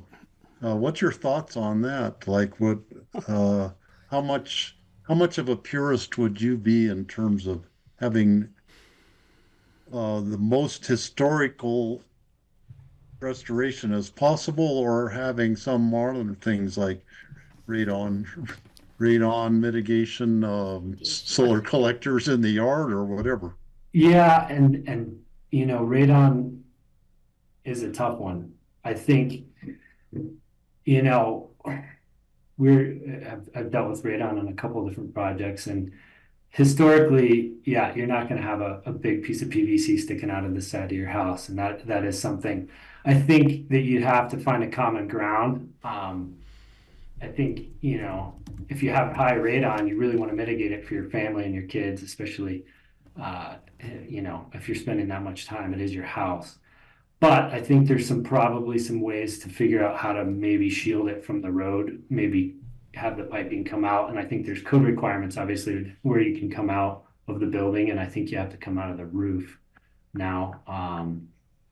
But maybe working to mitigate the radon, but not have it come out the front of your house on Redstone Boulevard or somewhere where it's really visible. But you really got to work with people, because I don't know, life safety is really important. It's obviously one of the most important parts of the structure. So I think being able to advise and find common ground would probably be what my recommendation would always be.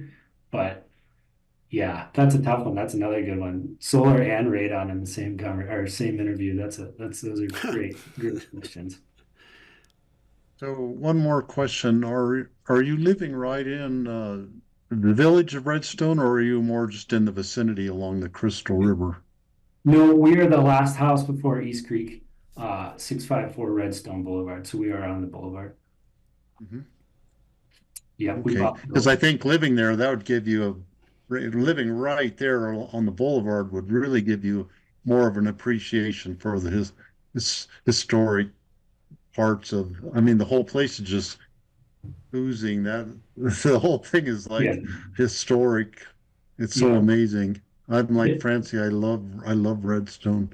Yeah, I am really happy to live there, and that was part of the reason we did want to leave. We were in Willits, and we had a townhouse on Park Avenue, so kind of in the business area there, which is a great place and really convenient. But my wife and I just kind of made the decision that we really liked Colorado, the historical aspect of Redstone and how quiet the living is. So it's really worked out well, and we're really excited to make that our forever home and fix it up. So that's kind of why we want to just get a little bit more participation with the community and with civil government and really kind of Great. Put down some roots. Hey, Steve, I want to try and move it to Patty because I know we're on a timeline here. Can I ask Patty to comment? Yeah, I just want to thank you for applying. I think it's great. We like to have young people coming into the community and being involved. I've seen your truck in front of your house, noticed the construction when I was up there, so good luck on that one. The other thing is I'm not going to hold it against you, that you're in competition with my son, who's a fly fishing guide, who grew up in Aspen. I don't know if you know him, but more power to it. You know Trevor?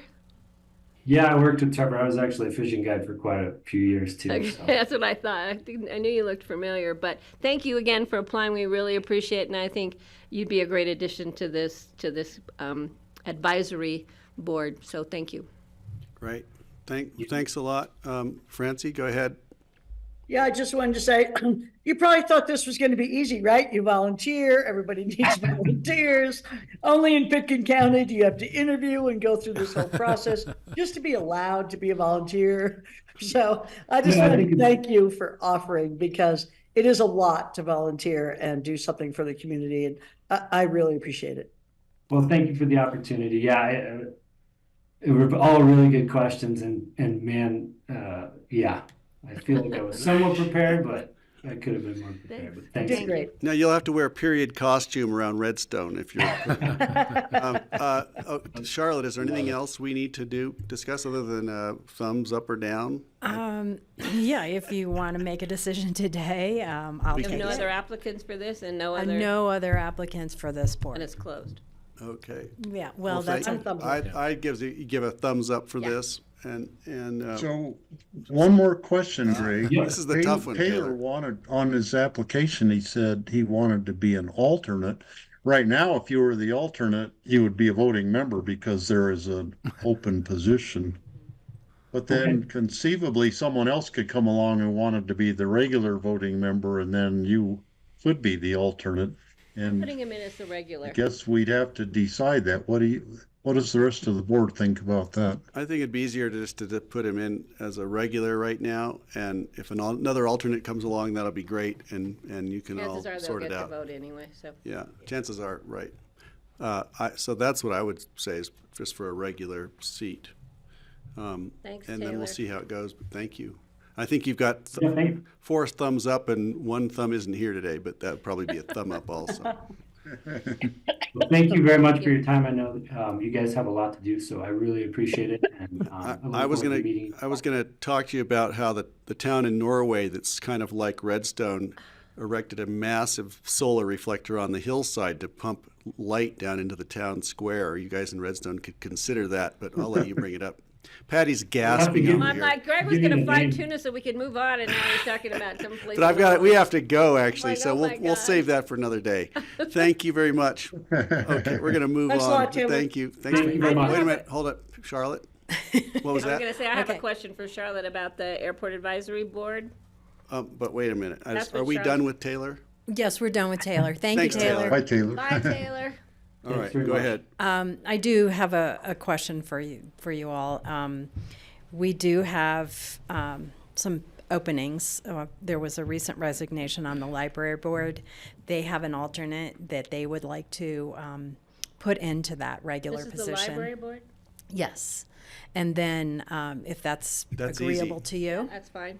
It's okay it's with Audrey me. Ellis, and she would move into Oh, great. Barbara Oh, yeah. Reed's Great. position. A And then thumbs I up can on that. advertise for an alternate on that board. And Thanks, if you Susanna. all are okay with me extending another 2 weeks, we'll continue to take applications For the, for Airport Advisory Board, Library, Got it. Senior Thank you. Services, et cetera, et cetera. great, thank you. Because I yeah. thought we should extend the Airport Advisory Board. But I also have a question, may I ask? Please. We're re-interviewing Val Braun. Yes. Did the board decide? I didn't think we re-interviewed people who were already on boards, except for P and Z. Did we open that up to the Airport Advisory There Board? were a few boards, and I thought the airport advice. So I think it's Open Space and Trails Healthy and Rivers and Streams. P&Z, Healthy Rivers and Streams, And the Airport Advisory And then we did ask, and Okay. maybe you were gone that meeting I or think something. that's why I wanted to And we clarify, agreed because to I saw bring- that on That future sounds agendas. good. And it'd be Well, great to have Valerie's Valerie come coming in. back to us in a couple of weeks, isn't it? Yeah, Yes. she's coming back. She's on our agenda to be re-interviewed, and I'm asking why we're re-interviewing her, but I understand the board made a decision to re-interview, and I'm okay with that. Okay, thank you. Anything else, Charlotte? I think that's it. for You're now. done. Okay, we're Thank going to you. move this to the review of future agendas. John, is there anything you want to? I can make this pretty simple. Tomorrow, Rich will be covering the meeting for you as hopefully, Francie, Patty, and myself will be traveling. We'll see how the snow goes Blizzarding here. up here. Francie, where's that sunshine? Hey, It's a we're going to try to blizzard. stay on track here. Okay. And then, I would Sunny al- right now, but it's not scary either. Okay, guys, let's get the side conversations.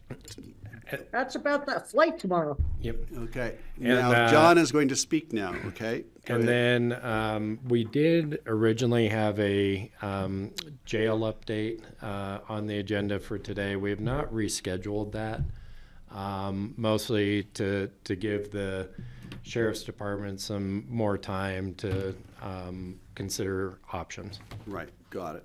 Okay, thank you. So I'm just looking at March 6th quickly. It's going to be a busy day, we think. 13th will be too, right? I'm just wanted to do a quick blast through, but I don't have anything to add right now. Anyone else have any comments or questions? We'll move right along here, and if you don't. And we're going to board open discussion, and I don't mind mixing the two together at this point.